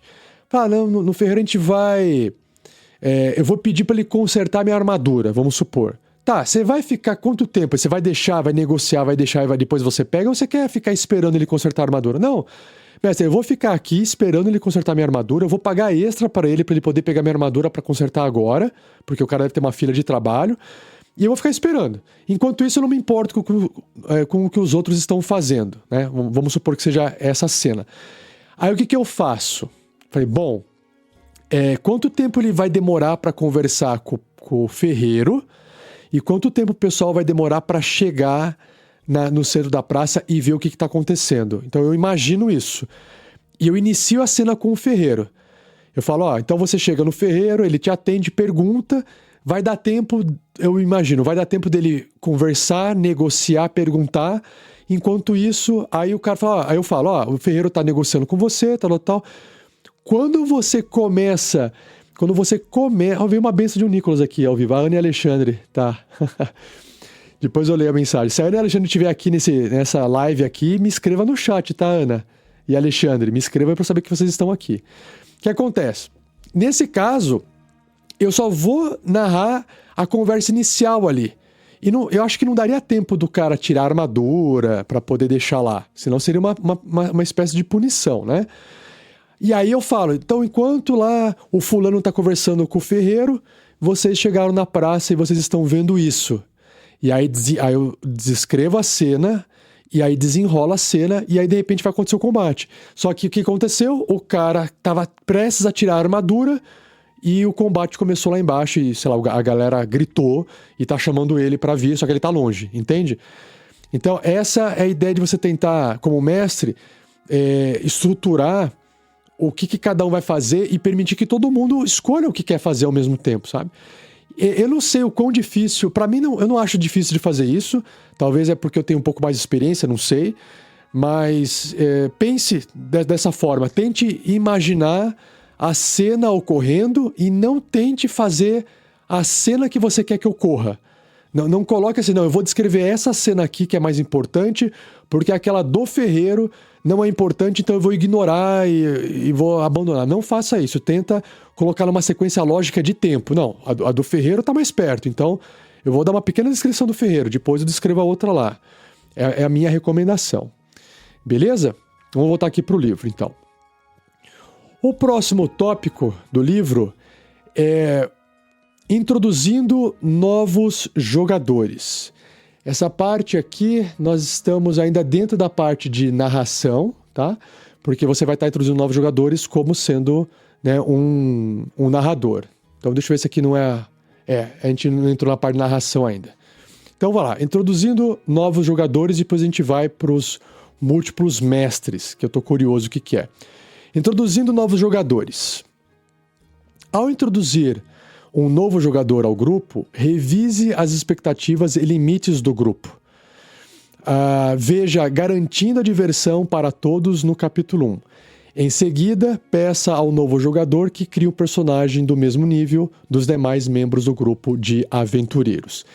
Se o novo jogador nunca jogou D&D antes e o restante do grupo está acima do nível 4, considere fazer uma pausa curta na campanha para que todos joguem com novos personagens de nível 1, por 1 ou 2 sessões, enquanto o novo jogador aprende as mecânicas. Essa pode ser uma boa oportunidade para que outro jogador assuma o papel de mestre. Nossa, sei lá, ok, é uma sugestão, né?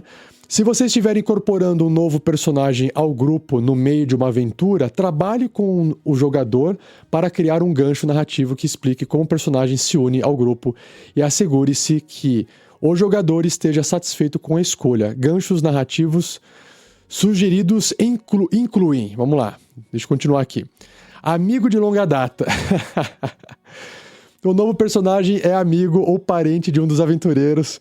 Como alternativa, ele pode estar ligado ao contratante dos aventureiros ou a um membro de sua organização a qual os outros personagens estão associados.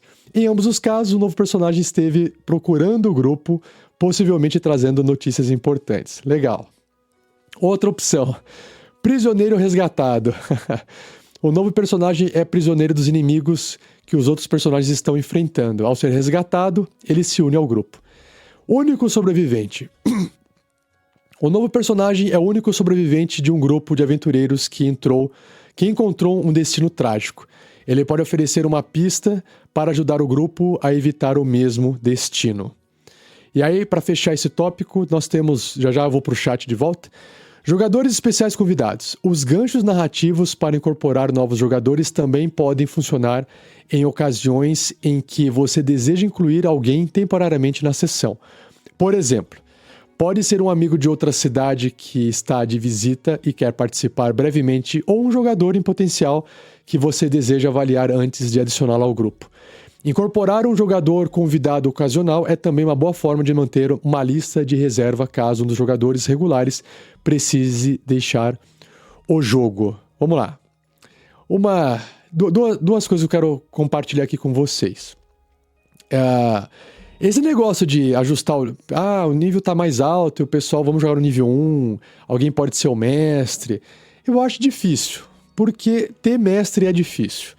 Para ter mestre tem que preparar a aventura. O cara tem que estar pronto e tal. E acho difícil disso acontecer. Então, o mais provável vai ser simplesmente, a gente tá no nível 4, você vai começar a jogar com o personagem nível 4. Mas eu nunca joguei D&D, não sei. Não importa, a gente te ajuda. Não tem que ter medo do personagem no nível 4, sabe? Mas tem um monte de habilidade aqui. Assim, se o jogador é novo no D&D, se ele nunca jogou, o que eu acho que é melhor recomendar pra ele, se ele vai começar, mesmo que ele comece no nível 1, tá? Tentar fazer com que ele evite escolher classes complexas. Então, por exemplo, classes simples de jogar, guerreiro, ladino, o padrão. Clérigo já é mais problemático por causa das magias, né? O bárbaro é um pouco mais complicado do que um guerreiro, por exemplo. Paladino é um guerreiro com magia, já é um pouquinho mais complicado. Então, assim, o guerreiro, você pode ser um guerreiro arqueiro, você pode ser um guerreiro de 2 espadas ou com uma arma grande. O guerreiro vai ser sempre o mais básico, mais simples. Ladino também não vejo tanto problema assim de você jogar, mas quando começa a envolver magia, aumenta um pouco a complexidade. Então, às vezes, o problema maior não é ele, sei lá, não saber D&D, mas é o tipo do personagem, a classe. Será que ele se contenta? Pergunta assim, você gostaria de fazer o quê nesse jogo com o personagem, né? O que você se imagina fazendo? Se ele falar assim, soltando bola de fogo, não sei o que, mundo de magia, tenta ir pro feiticeiro e não pro mago. Porque o mago ele vai ter acesso a muita coisa, vai ter que administrar muita habilidade, tem o livro de magia, ele pode copiar magia. Eu acho o mago um pouco mais complexo do que o feiticeiro. Ou até ele pode pegar um outro personagem, um bruxo, por exemplo, que talvez seja mais simples também. Então, assim, só tomar cuidado com isso. Essa é a minha primeira dica aqui. E a segunda dica, que eu tinha lembrado de falar, eu ia falar antes, eu acabei não falando e esqueci. Existe um filme que deve estar aí hoje deve estar no YouTube, tá? Porque deve ter... É um filme da época do DVD, antes de ter YouTube, tá, gente? É um filme que chama... como é que chama o filme? Eu tenho DVD ele aqui na minha estante aqui atrás, mas eu não vou conseguir achar ele agora. The Gamers. Alguma coisa assim, acho que é The Gamers. Eles têm 2 filmes. São filmes feitos por fãs, assim, mas eles são sátiras do que acontece numa mesa de RPG, principalmente o D&D, né? Então, o primeiro filme, pra mim, é o melhor. Ele é bem caseirão, assim, o filme, chama The Gamers. E o segundo filme chama, acho que The Gamers Darkness Rising. Aí ele foi um pouco mais superprodução, o segundo. Que também é interessante, é legal, é mais comprido, mas eu não sei porque o primeiro, por ser caseiro e bem idiota, eles fazem sátira de todos os momentos engraçados, eles fazem exatamente isso. Eles mostram, quando um jogador falta na mesa, eles mostram o personagem deles. Porque assim, o filme é uma mistura do pessoal jogando em volta da mesa, com uma mistura dos personagens dentro da aventura, como se fosse um Tarrasque na Bota, só que em vídeo, tá? E é um sarro, porque tem várias cenas icônicas, engraçadas, que eles exploram, dessa do jogador que faltou, aí fica o personagem dele no meio da floresta parado olhando pro nada, e quando o NPC vai fazer uma fala, eles não deixam o mestre terminar de fazer a narração, eles atiram uma flecha, o mestre interrompe. Então, assim, tem várias cenas engraçadas. Quando o jogador perde um personagem, morreu o personagem dele. Aí, pra ele não ficar sem jogar, os personagens estão andando e, de repente, eles andam assim mais uns 10 passos e aparece um cara na porta de uma caverna, que é o mesmo personagem que o cara tinha antes. E eles fazem uma conversa bem idiota, assim, oi, tudo bem, o que você tá fazendo aqui? Não, eu estou aqui olhando, não sei o quê. Você quer fazer parte do nosso grupo? Quero, então seja bem-vindo ao grupo. Pronto, e continua. Então eles fazem essas sátiras. Se vocês não conhecem esse filme, escreva aí The Gamers. É muito bom. Eu acho muito legal, tá? Agora aqui pro chat. A mensagem veio aqui, ó. O Bulbasauro. Estamos sim, Rafa. Só de boa acompanhando. Leitura top. Suas observações são bacanas. Valeu, Bulbasauro. Brigadão. Perfeito. Então é isso, vamos continuar agora com o próximo tópico, múltiplos mestres. Vamos ver o que ele traz aqui de múltiplos mestres. Ele quer ficar trocando os mestres no meio da aventura? Estou curioso. Vamos lá, para o livro. Muitos grupos de jogo alternam entre diferentes mestres. Caraca, muitos? Não sabia. As sessões a seguir descrevem situações que permitem múltiplos mestres e como isso pode aumentar a diversão do grupo. Olha só, vamos aprender aqui. Pausas ocasionais. Faça uma pausa no papel de mestre se precisar, recarregar a criatividade, planejar o próximo arco da campanha ou finalizar a aventura que está criando. Isso cria uma oportunidade para que outro jogador assuma como mestre por uma ou duas sessões. Se nem todos puderem comparecer a uma sessão programada, isso também pode ser uma chance para que outro mestre conduza uma aventura curta. Eu acho difícil. Porque é difícil de ter mestre. Próximo tópico. Diversas aventuras. Alguns grupos preferem aventuras curtas e desconectadas, em vez de uma campanha longa com enredos complexos. Também ainda não conheci esse grupo. Nesse estilo de jogo, diferentes jogadores podem se revezar como mestres, com cada aventura sendo uma história autônoma. Outro ponto é campanhas simultâneas. Aí que é loucuragem, hein, gente? Meu Deus, jogar uma campanha já é difícil, imagina várias. Você e outros mestres do grupo podem revezar-se conduzindo aventuras por algumas semanas ou meses, com sua campanha pausada durante a vez de outro mestre. Alguns grupos jogam várias vezes por semana, com diferentes mestres conduzindo suas campanhas em dias distintos. Nossa, acho que SKT foi a aventura mais longa que a gente jogou no Tarrasque na Bota da RPG Next, que acho que foram 3 anos, se eu não me engano. Imagina se estivesse jogando campanha simultânea. Quanto tempo não ia demorar para acabar ela. Mundo compartilhado.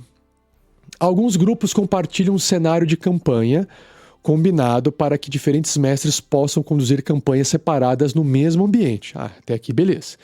Em teoria, os personagens podem viajar de uma região do mundo e de um mestre para outra, criando continuidade na campanha, mesmo que estejam envolvidos em diferentes enredos.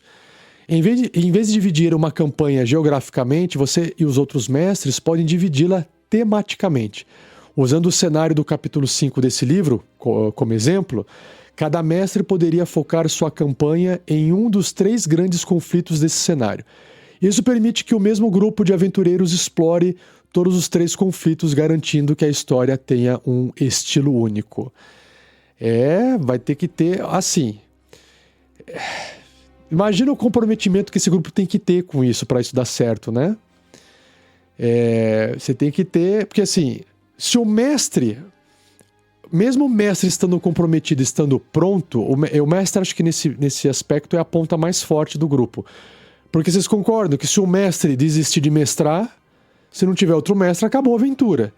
Agora, se o mestre está disposto a continuar mestrando e um jogador quiser sair, basta colocar outro jogador, que a coisa continua. Agora, se tiver vários mestres e tudo estiver conectado, se um mestre desistir, aquela conexão também se perdeu. Então, deve dar um trabalhão gigante, né? Nunca ouvi nenhum relato desse tipo de coisa ocorrendo em nenhuma mesa, assim. Nunca presenciei. Se alguém presenciou aí, compartilhe comigo. Alguma dessas loucuragens aqui, compartilha aí no chat que eu leio. Mestres conjuntos. Acho que isso aqui eu participei uma vez, vamos ver. 2 ou mais mestres podem compartilhar a criação de uma única campanha, colaborando para manter a continuidade de sessão em sessão e assegurar que cada aventura avance a história maior do mundo e dos personagens. Quando jogadores que também são mestres interpretam seus personagens, não devem deixar que o conhecimento da história da campanha influencie as ações deles. O mestre está como jogador também. Não, então isso aqui eu não tive. Esses personagens saem de cena quando seus jogadores assumem o papel de mestre, óbvio. Mestres conjuntos podem se revezar na condução de cada sessão da campanha, com cada um focando nos aspectos do jogo que mais apreciam. Um mestre pode cuidar da descrição do combate, enquanto o outro controla miniaturas e música. Os dois mestres podem interpretar 2 NPCs diferentes em um encontro social, e entre as sessões eles podem dividir ou colaborar na construção do mundo, criação de encontros e outras tarefas. Uma vez, faz tempo, eu estava, acho que com o Sky, a gente preparou uma aventura em conjunto para um one-shot num evento. Eu acho que foi isso que a gente fez. Eu não lembro se ele participou, se naquele dia ele faltou, faz muito tempo agora, mas a ideia era essa, a gente seria 2 mestres, um conduziria a história, o outro iria auxiliar na interpretação dos NPCs e no controle dos monstros, sabe?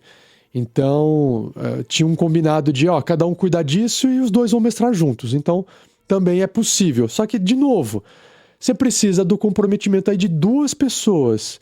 Você está dividindo o trabalho entre 2 pessoas, mas ao mesmo tempo você está aumentando o risco, está facilitando o trabalho, mas está aumentando o risco daquilo não acontecer, que é, se um dos mestres não participar, pode ser que fique capenga a aventura porque você não está pronto para ela, né? Também tem isso, beleza? Agora, entrando num outro tópico, que é narração, que é o último tópico do episódio de hoje, tá? Porque tá vendo, né? O episódio fica longo, já tá 1h30 aqui, eu não consigo falar pouco. Narração, vamos lá. Depois eu vou para a ilustração que tem aqui nessas 2 páginas aqui, ó.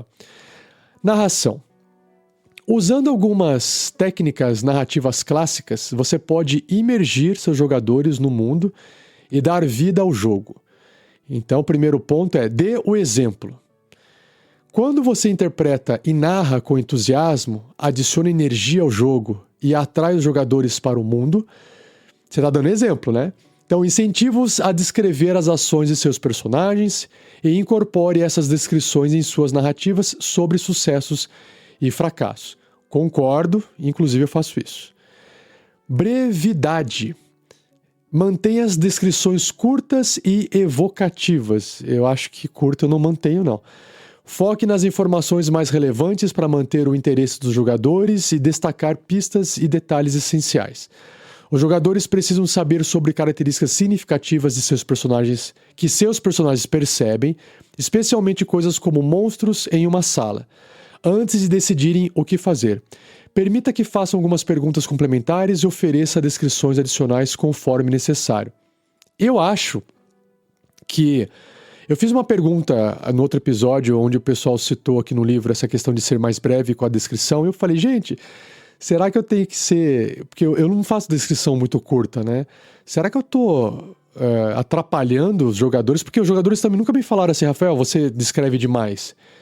Eu não acho que eu descrevo pouco. Não sei se eu estou descrevendo muito, mas pouco com certeza não é. E um dos ouvintes, né, que é cego, ele falou, não, Rafael, continue descrevendo bastante, porque eu preciso dessa descrição.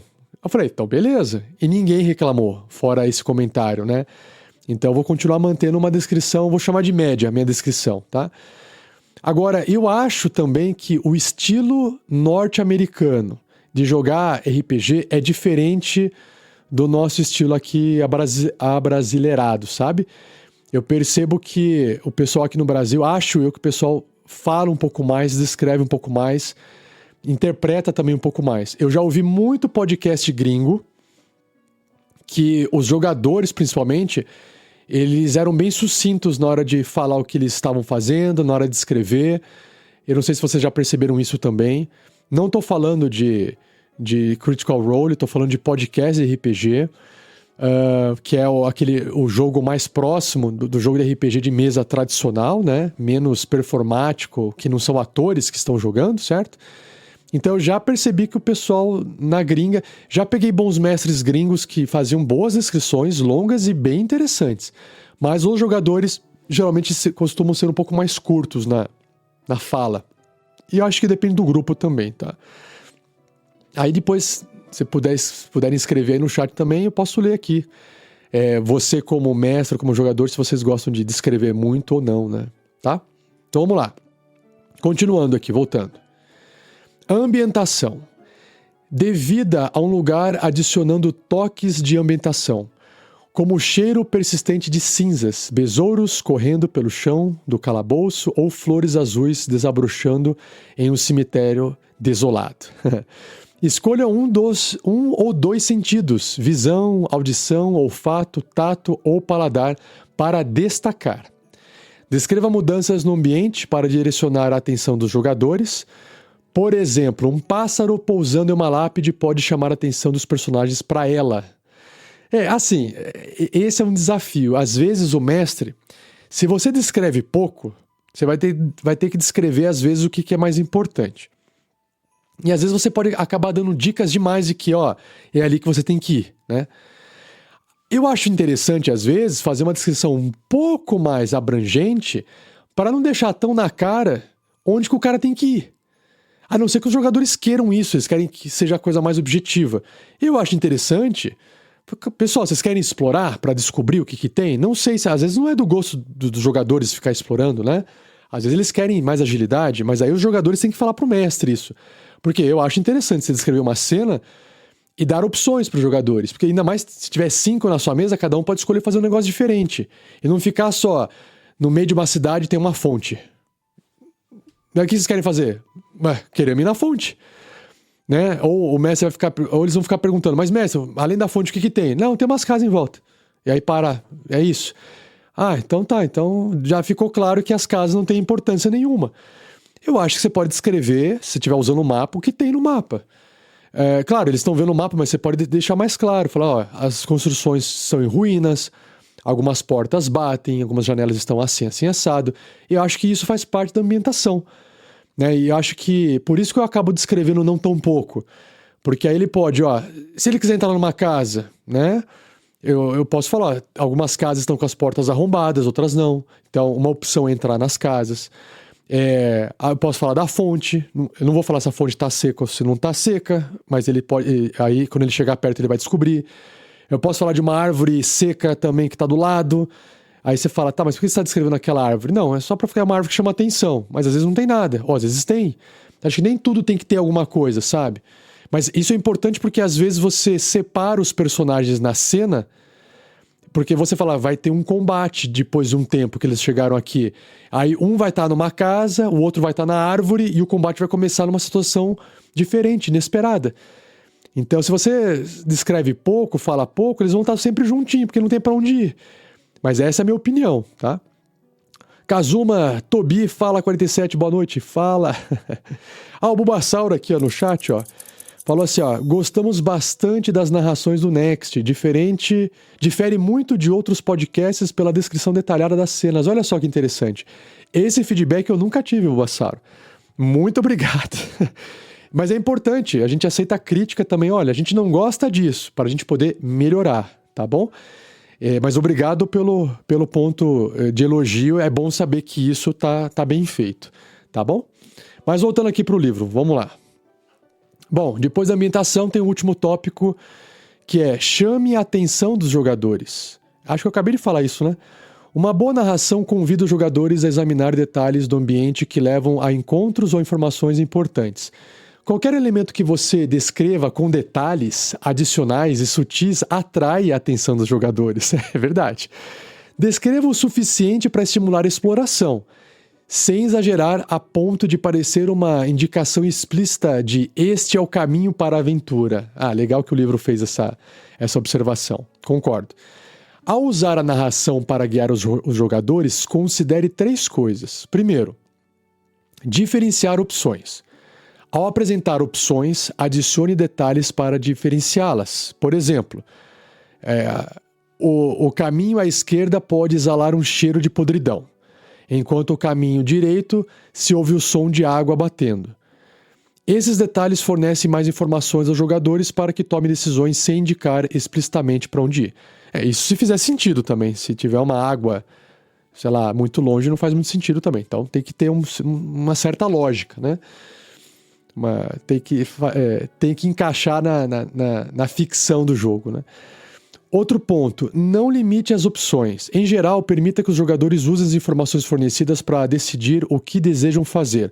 Não imponha limitações desnecessárias às ações dos personagens. Dito isso, pode ser útil, especialmente para novos jogadores, oferecer sugestões. Por exemplo, aqui entre aspas, vocês podem atravessar a porta, procurar no baú ou olhar para baixo no poço. Isso eu sempre faço quando eu percebo que o pessoal está com dificuldade em tomar uma decisão. Aí eu vou fazer isso, obviamente. Apenas certifique-se de concluir dizendo ou qualquer outra coisa que pensarem, para não ficar explícito que só tem aquelas opções, né? Legal, muito bom. E por fim, não assumir ações dos personagens. Não presuma as ações dos personagens. Por exemplo, não diga, você entra na sala e olha para cima, a menos que o jogador tenha afirmado que é isso que seu personagem está fazendo. Calma lá, vamos lá. Também aqui foi uma frase curta do livro. Às vezes você está descrevendo uma cena e você quer descrever que aquilo está chamando atenção por ser algo que chama muita atenção, que não é inevitável, entende? Aí você pode usar essa descrição. Então, se de repente você está entrando numa sala e no teto da sala tem um negócio gigante, luminoso, não tem como você não descrever que aquele negócio está no alto. É natural que vai chamar a atenção do olhar dos personagens. Agora, se tem uma aranha que está escondida e não dá para ver, aí você não vai falar, você olhar para cima e ver uma aranha, né? Aí faz total sentido, beleza? Agora, muitas vezes os personagens estão falando assim, ó, vou entrar observando tudo, olhando para todos os cantos, todos os lados. Aí você pode assumir que ele está olhando para cima também. Mas aí você pode pedir simplesmente um teste de percepção. E se o teste for muito bom, você pode adicionar que ele está olhando com detalhe até para o teto. Então, tem que saber usar isso também com parcimônia, né? Voltando aqui para o chat, ó. O Kazuma Tobi fala assim, eu tô maratonando todos os podcasts no trabalho. Tô no TNB 287, A Maldição de Stride, primeira temporada, episódio 8. Não, beleza, Kazuma, não tem problema mudar o assunto. É que eu fiz uma pergunta aqui sobre o TNB, né? Valeu, obrigado por compartilhar. Foi rapidinho, nem atrapalhou. Mas voltando aqui pro livro, então, vamos lá. Depois dessa dica de não assumir ações dos personagens, que é importante, né? De fato, nós temos aqui segredos e descobertas. Deixa eu ver uma coisa aqui, se vale a pena. Depois eu faço a leitura da imagem que tem ali, tá? Segredos e descobertas, vamos ver. Ó. Durante uma aventura, os jogadores e seus personagens descobrirão informações antes desconhecidas. Assegure-se de que as informações necessárias para completar a aventura sejam acessíveis. Não esconda segredos importantes ou descobertas em locais onde os personagens dificilmente as encontrarão. É verdade. Assegure-se de que eles não percam um segredo ou descoberta essencial apenas por falharem em um teste de atributo. Não falarem com a pessoa certa ou não procurarem no lugar correto. Veja também percepção nesse capítulo para obter mais recomendações sobre segredos ocultos em aventuras. Aqui é o seguinte, realmente, não tem graça existir um segredo e ninguém descobrir aquele segredo. Porque, para todos os efeitos, nunca existiu para quem não sabe que existia. Então, assim, principalmente acontece com portas secretas, né? Geralmente, ninguém vai ficar, em toda a sala que entra numa aventura, vai ficar investigando se tem porta secreta. Ninguém faz isso. Agora, se você coloca assim, olha, você sabe que existe uma porta secreta numa parede, você sabe que você gostaria que eles descobrissem essa porta secreta, mas você não quer revelar a porta secreta. Então, o que você vai fazer? Bom, vamos supor que esteja numa sala com várias estantes nas paredes e eles vão entrar para investigar. Aí eles vão fazer a ação de investigação, você vai pedir um teste de percepção e aí quando sair o resultado, dependendo do valor, você vai falar, olha, você reparou que perto de uma das estantes de livros ali tem uma marca em ângulo de como se a estante tivesse sido arrastada. Ou ela tivesse sido arrastada diversas vezes, fazendo um vinco no chão ali. Pronto, você passou uma dica de que aquela estante pode ser arrastada. Aí eles vão arrastar, o que eu vejo, mestre? Uma parede. Aí ele fala, não é possível, arrastaram para uma parede, deve ter alguma coisa aqui. Aí ele aprofunda a investigação. Você achou uma porta secreta. Aí tá resolvido. Existem situações de portas secretas, vou dar um outro exemplo aqui com porta secreta, em que aquela passagem ela foi feita principalmente para uma pessoa que está do lado oposto entrar naquele cômodo, e não para a pessoa sair do cômodo, sabe? Então, aquela porta secreta, ela vai poder ser encontrada, descoberta por um outro caminho, por um outro local. Então, nesse exemplo meu, não faria tanta diferença os jogadores não conseguirem encontrar aquela porta secreta. Não que não possa ser encontrada, mas aí você não precisa se preocupar em dar nenhuma dica daquela porta secreta, a não ser que alguém esteja, de repente, investigando as paredes por acaso. Aí você coloca no jogo que tem uma chance de encontrar aquela porta secreta. E, de novo, foi o que o livro falou aqui. Encontrar ou não essa porta secreta, tem que tomar cuidado. Não, isso aqui é só uma passagem extra que dá um caminho novo para outro lugar, que eles também podem chegar do mesmo jeito por outro caminho. Então, não tem problema se eles perderem aquela porta secreta. Agora, não, isso aqui é essencial. Se eles não acharem isso, eles não acham o item que eles vieram procurar e a aventura não continua por causa disso. Então, nesse caso, você tem que ter outros artifícios narrativos que permitam que eles encontrem aquela passagem secreta. Eles tentaram olhar na parede, fizeram uma investigação, de acordo com o que o mapa dizia que eles tinham que investigar. E eles não conseguiram encontrar a passagem secreta porque todos eles falaram no teste. Aí o mestre tem que improvisar. Ele tem que achar uma outra forma. Ou os jogadores podem improvisar, de repente eles podem começar... Dependendo falar, não, o mestre, a gente não quer passar, mas a gente quer começar a bater na parede. Se fizer um som diferente, aí você pode dar uma vantagem no teste para aumentar as chances, enfim. Ou você fala assim, olha, gente, realmente vocês não encontram essa passagem secreta e deixa eles jogando. De repente eles estão... Aí você inventa, improvisa. Eles estão andando, passam por algum lugar, eles podem achar alguma coisa, descobrir alguma outra coisa que fala... para achar aquela passagem secreta tem que fazer tal coisa. E improvisa. É o que dá para fazer, é o que pode acontecer, tá? Inclusive o livro fala aqui, vou voltar pro livro, né? Veja também Percepção nesse capítulo para obter mais recomendações sobre segredos ocultos em aventuras, tá? Bom, mais um tópico. Dando informações a um jogador. Quando o personagem se separa do restante do grupo, geralmente é aceitável permitir que os outros jogadores saibam o que acontece, presumindo que o personagem separado utilizará o grupo ao se reunirem novamente. Você pode precisar lembrar os outros jogadores de que os seus personagens não estão presentes, portanto, eles não podem oferecer conselhos ou informações ao personagem que está sozinho. É óbvio, né? Às vezes, no entanto, você pode querer fornecer informações apenas a um jogador.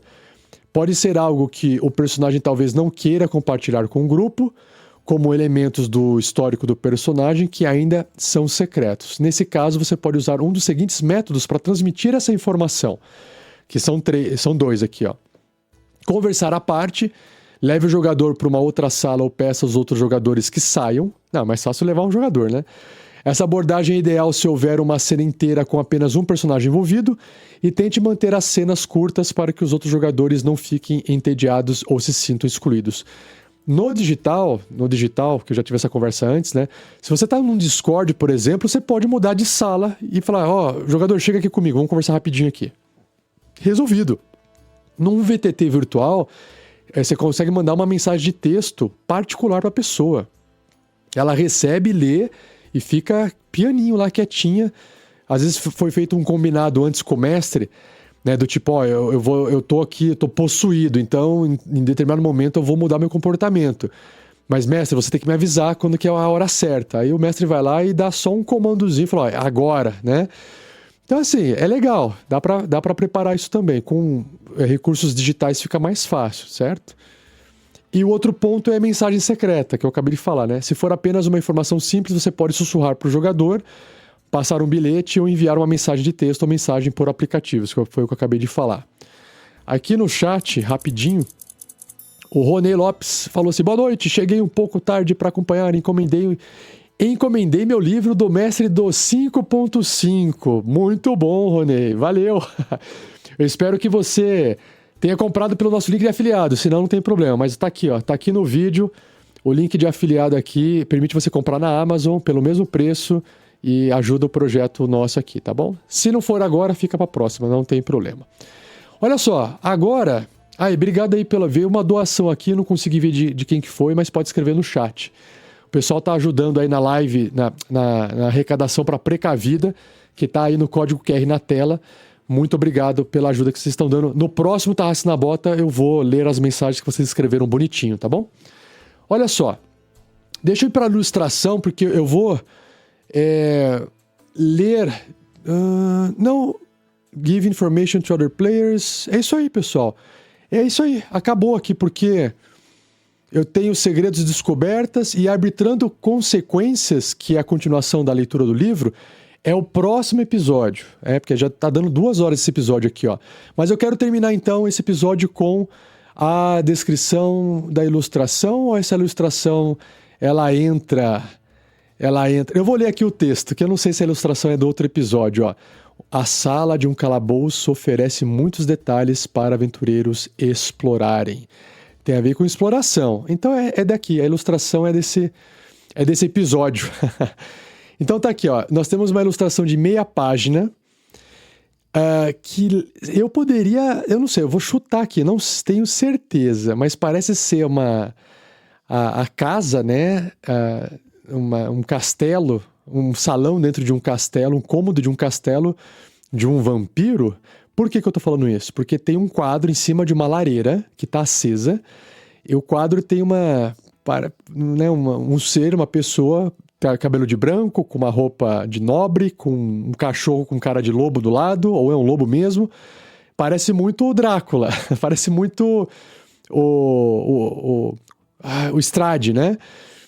O vampiro clássico do D&D. Então, talvez seja isso. E essa descrição aqui, a sala de um calabouço, que não é um calabouço, no caso, oferece muitos detalhes para aventureiros explorarem, porque essa imagem tem a lareira, em cima do parapeito da lareira tem vários objetos, vasos e velas acesas, tem o próprio quadro, existe uma escrivaninha com um busto em cima, uma ampulheta, acho que uma ampulheta.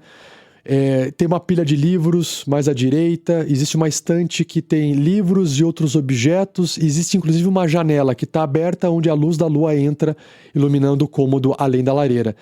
Então existem várias coisinhas que os jogadores podem... Eu quero olhar pela janela o que eu vejo, a janela está trancada ou se está aberta, eu quero olhar melhor esse quadro, eu posso ver se tem alguma coisa escondida atrás do quadro, ou será que alguém colocou alguma coisa para poder queimar no fogo, né, da lareira, só tá acesa para esquentar a sala. O que tem em cima da escrivaninha? A escrivaninha tem portas, tem gaveta, dá para investigar. Os livros são do quê? Dá para investigar. Então, assim, isso é legal, né? É para isso que serve. Certo? Mais uma mensagenzinha aqui no chat, já que eu tô chegando no finalmente, né? O Kazuma Tubi, eu mandei e perguntei se você acha que atrapalha um mestre ficar insistindo até o grupo achar uma passagem secreta. Eu acho que atrapalha. Eu acho que é assim. Se o mestre quer que os jogadores achem a passagem secreta, então o mestre ele pode permitir que todos façam ali um teste. Se você está pedindo para eles fazerem um teste, é porque tem que ter a chance de não achar a passagem secreta. Se por acaso não pode existir essa chance, beleza? Vamos supor que você fala assim, cara, tem uma passagem secreta aqui, não tem como eles não encontrar. Eles têm que encontrar, que senão a aventura não funciona. Então, não peça testes, entendeu? Não peça nenhum teste. Apenas coloque na narrativa. Por exemplo, essa passagem secreta, por que alguém pode ter batido o olho nela e encontrado ela sem ter passado por um teste? Porque ela não estava tão secreta assim. Talvez ela tenha sido usada recentemente e quem usou da última vez não fechou ela direito. Então você pode falar assim, olha, vocês estão ali olhando a sala e na parede, no meio da parede, parece que tem uma linha com blocos deslocados. Claramente uma passagem secreta que foi usada e não foi fechada corretamente. É uma passagem secreta, mas ela não está mais secreta. Pronto. Você entregou de mão beijada para eles a passagem secreta, porque você não quer que eles percam aquela passagem secreta de jeito nenhum. Pronto, não tem problema. Você só dá a descrição Você não precisa falar assim de forma tão explícita igual eu fiz agora, mas você pode falar de outro jeito. Você fala assim, olha, vocês percebem que você pode pegar, às vezes, a percepção passiva de um dos personagens e pega a maior. Quem que tem a maior? Você fala, o elfo lá tem a maior. Fala, o personagem elfo, você repara que nessa parede aqui, os blocos de pedra estão muito alinhados. Enquanto o restante da parede, os blocos estão meio aleatórios, mas ali eles estão alinhados. Provavelmente tem alguma coisa ali. Pronto, ele vai lá investigar. Acabou. Tá? É o que eu faria, beleza? Respondido, Kazuma, tá bom? Então é isso, pessoal. Antes de eu fazer o encerramento, eu quero só passar umas informações para vocês. Acompanhem aqui comigo, por favor, para eu poder fechar. Então vamos lá. Tarrasque na Bota, versão Guerreiros do Bem, que inclusive vieram 2 doações hoje aqui. Agradeço muito. Essas doações estão indo para a Precavida, que é a Casa de Ação Social de Curitiba, que ajuda dependentes químicos a retornarem para a sociedade e serem produtivos, né? Para poder fazer parte da sociedade, né? E não ficar dependendo das drogas e só destruindo a vida deles e ao redor deles também. Então a gente está fazendo essa aventura beneficente, Guerreiros do Bem. A gente vai para o 4º episódio, a quarta parte da aventura, porque ela não acabou. Era para ser um one shot, eu não consigo. Pô, one shot de 2 horas não dá, né, gente? Tem que ser um one shot de 8 horas, né? Então, assim, a próxima partida, a gente tá tentando achar a data melhor para todo mundo. Ela vai ser em julho, não vai acontecer em junho. Vai ser em julho. Qual data? Eu informo vocês quando eu tiver essa data. Eu informo ali nas redes sociais, fiquem tranquilos. E exatamente isso, né? As doações podem ser feitas mesmo que a gente não esteja jogando, que a gente vai anunciar as doações que todo mundo fez e agradecer todos vocês no dia do Tarrasque na Bota. O link é livepix.gg/rpgnext. E a gente atualiza vocês sobre a meta, que já está praticamente na metade, graças a vocês, para a gente comprar a segunda porta para a Precavida. O primeiro dinheiro já foi para eles. Aí, a hora que fechar o segundo, a gente manda para eles, tá bom? E aí, sobre o livro que o Ronei falou que comprou, tá aí, né? Tá aqui, já tem o link de afiliado na Amazon, é uma pré-venda, eu acho que é uma pré-venda que tá ainda lá na Amazon para comprar a versão traduzida do livro do mestre, né? Não tem disponível ainda, mas você pode comprar aquela. Eu não sei se já tá vindo também, eu tenho que ver se essa imagem eu fiz há 2 semanas atrás de pré-venda, eu não sei se agora tá como venda de fato. Beleza? E também, se você é padrinho ou madrinha, você pode pegar sua conta do Apoia-se, conectar com o Spotify para ouvir os episódios exclusivos que a gente publica só para quem é padrinho do projeto. Gente, a partir de R$5 por mês no Apoia-se você tem acesso a isso. Então, se quiser ajudar a RPG Next, será bem-vindo. E vai participar do grupo de padrinhos também. Boletim informativo já está disponível se você quiser ouvir os bastidores do projeto. Telegram, se quiser participar, é para todo mundo, aberto, é t.me/rpgnext oficial, escreve tudo junto. Se você procura um mestre de aluguel, fale comigo que eu posso te encontrar um mestre para poder mestrar para você. Mestres de aluguel, tá? Manda um e-mail para mim, rafael47@rpgnext.com.br e me fale o que você está procurando para ver se eu consigo te ajudar. É isso, vamos pro finalmente dos encerramento. Valeu, Bassauro. Boa noite para você também. E assim eu encerro mais um episódio do Regras do D&D. Não esqueça de deixar o like, joinha se você curtiu, compartilhe se você curtiu também, se inscreva no canal. Se quiser seguir as outras redes sociais do RPG Next, tem Facebook, Instagram, o YouTube, obviamente, o Blue Sky e o TikTok. E a enquete, qual que vai ser a pergunta para a próxima enquete? Qual é o tipo de jogador mais comum na sua mesa de RPG? Só pude escolher 4, tá, gente? O focado em ação e combate ação, o que vive pela atuação e roleplay, o estrategista de resolução de problemas ou aquele que curte mais socializar com os amigos. Eu sei que pode ter outros que eu li hoje no livro, mas eu quero saber desses 4 principais. Responda que eu trago no próximo episódio, certo? E qual vai ser o próximo episódio? Episódio 353, Arbitrando Consequências e Interações Sociais, tá bom? Próximo episódio vai ser exclusivo para padrinho ou para quem é inscrito membro no canal no YouTube, tá bom? Muito obrigado, um abraço e até o próximo episódio. Valeu, pessoal. Tchau, tchau.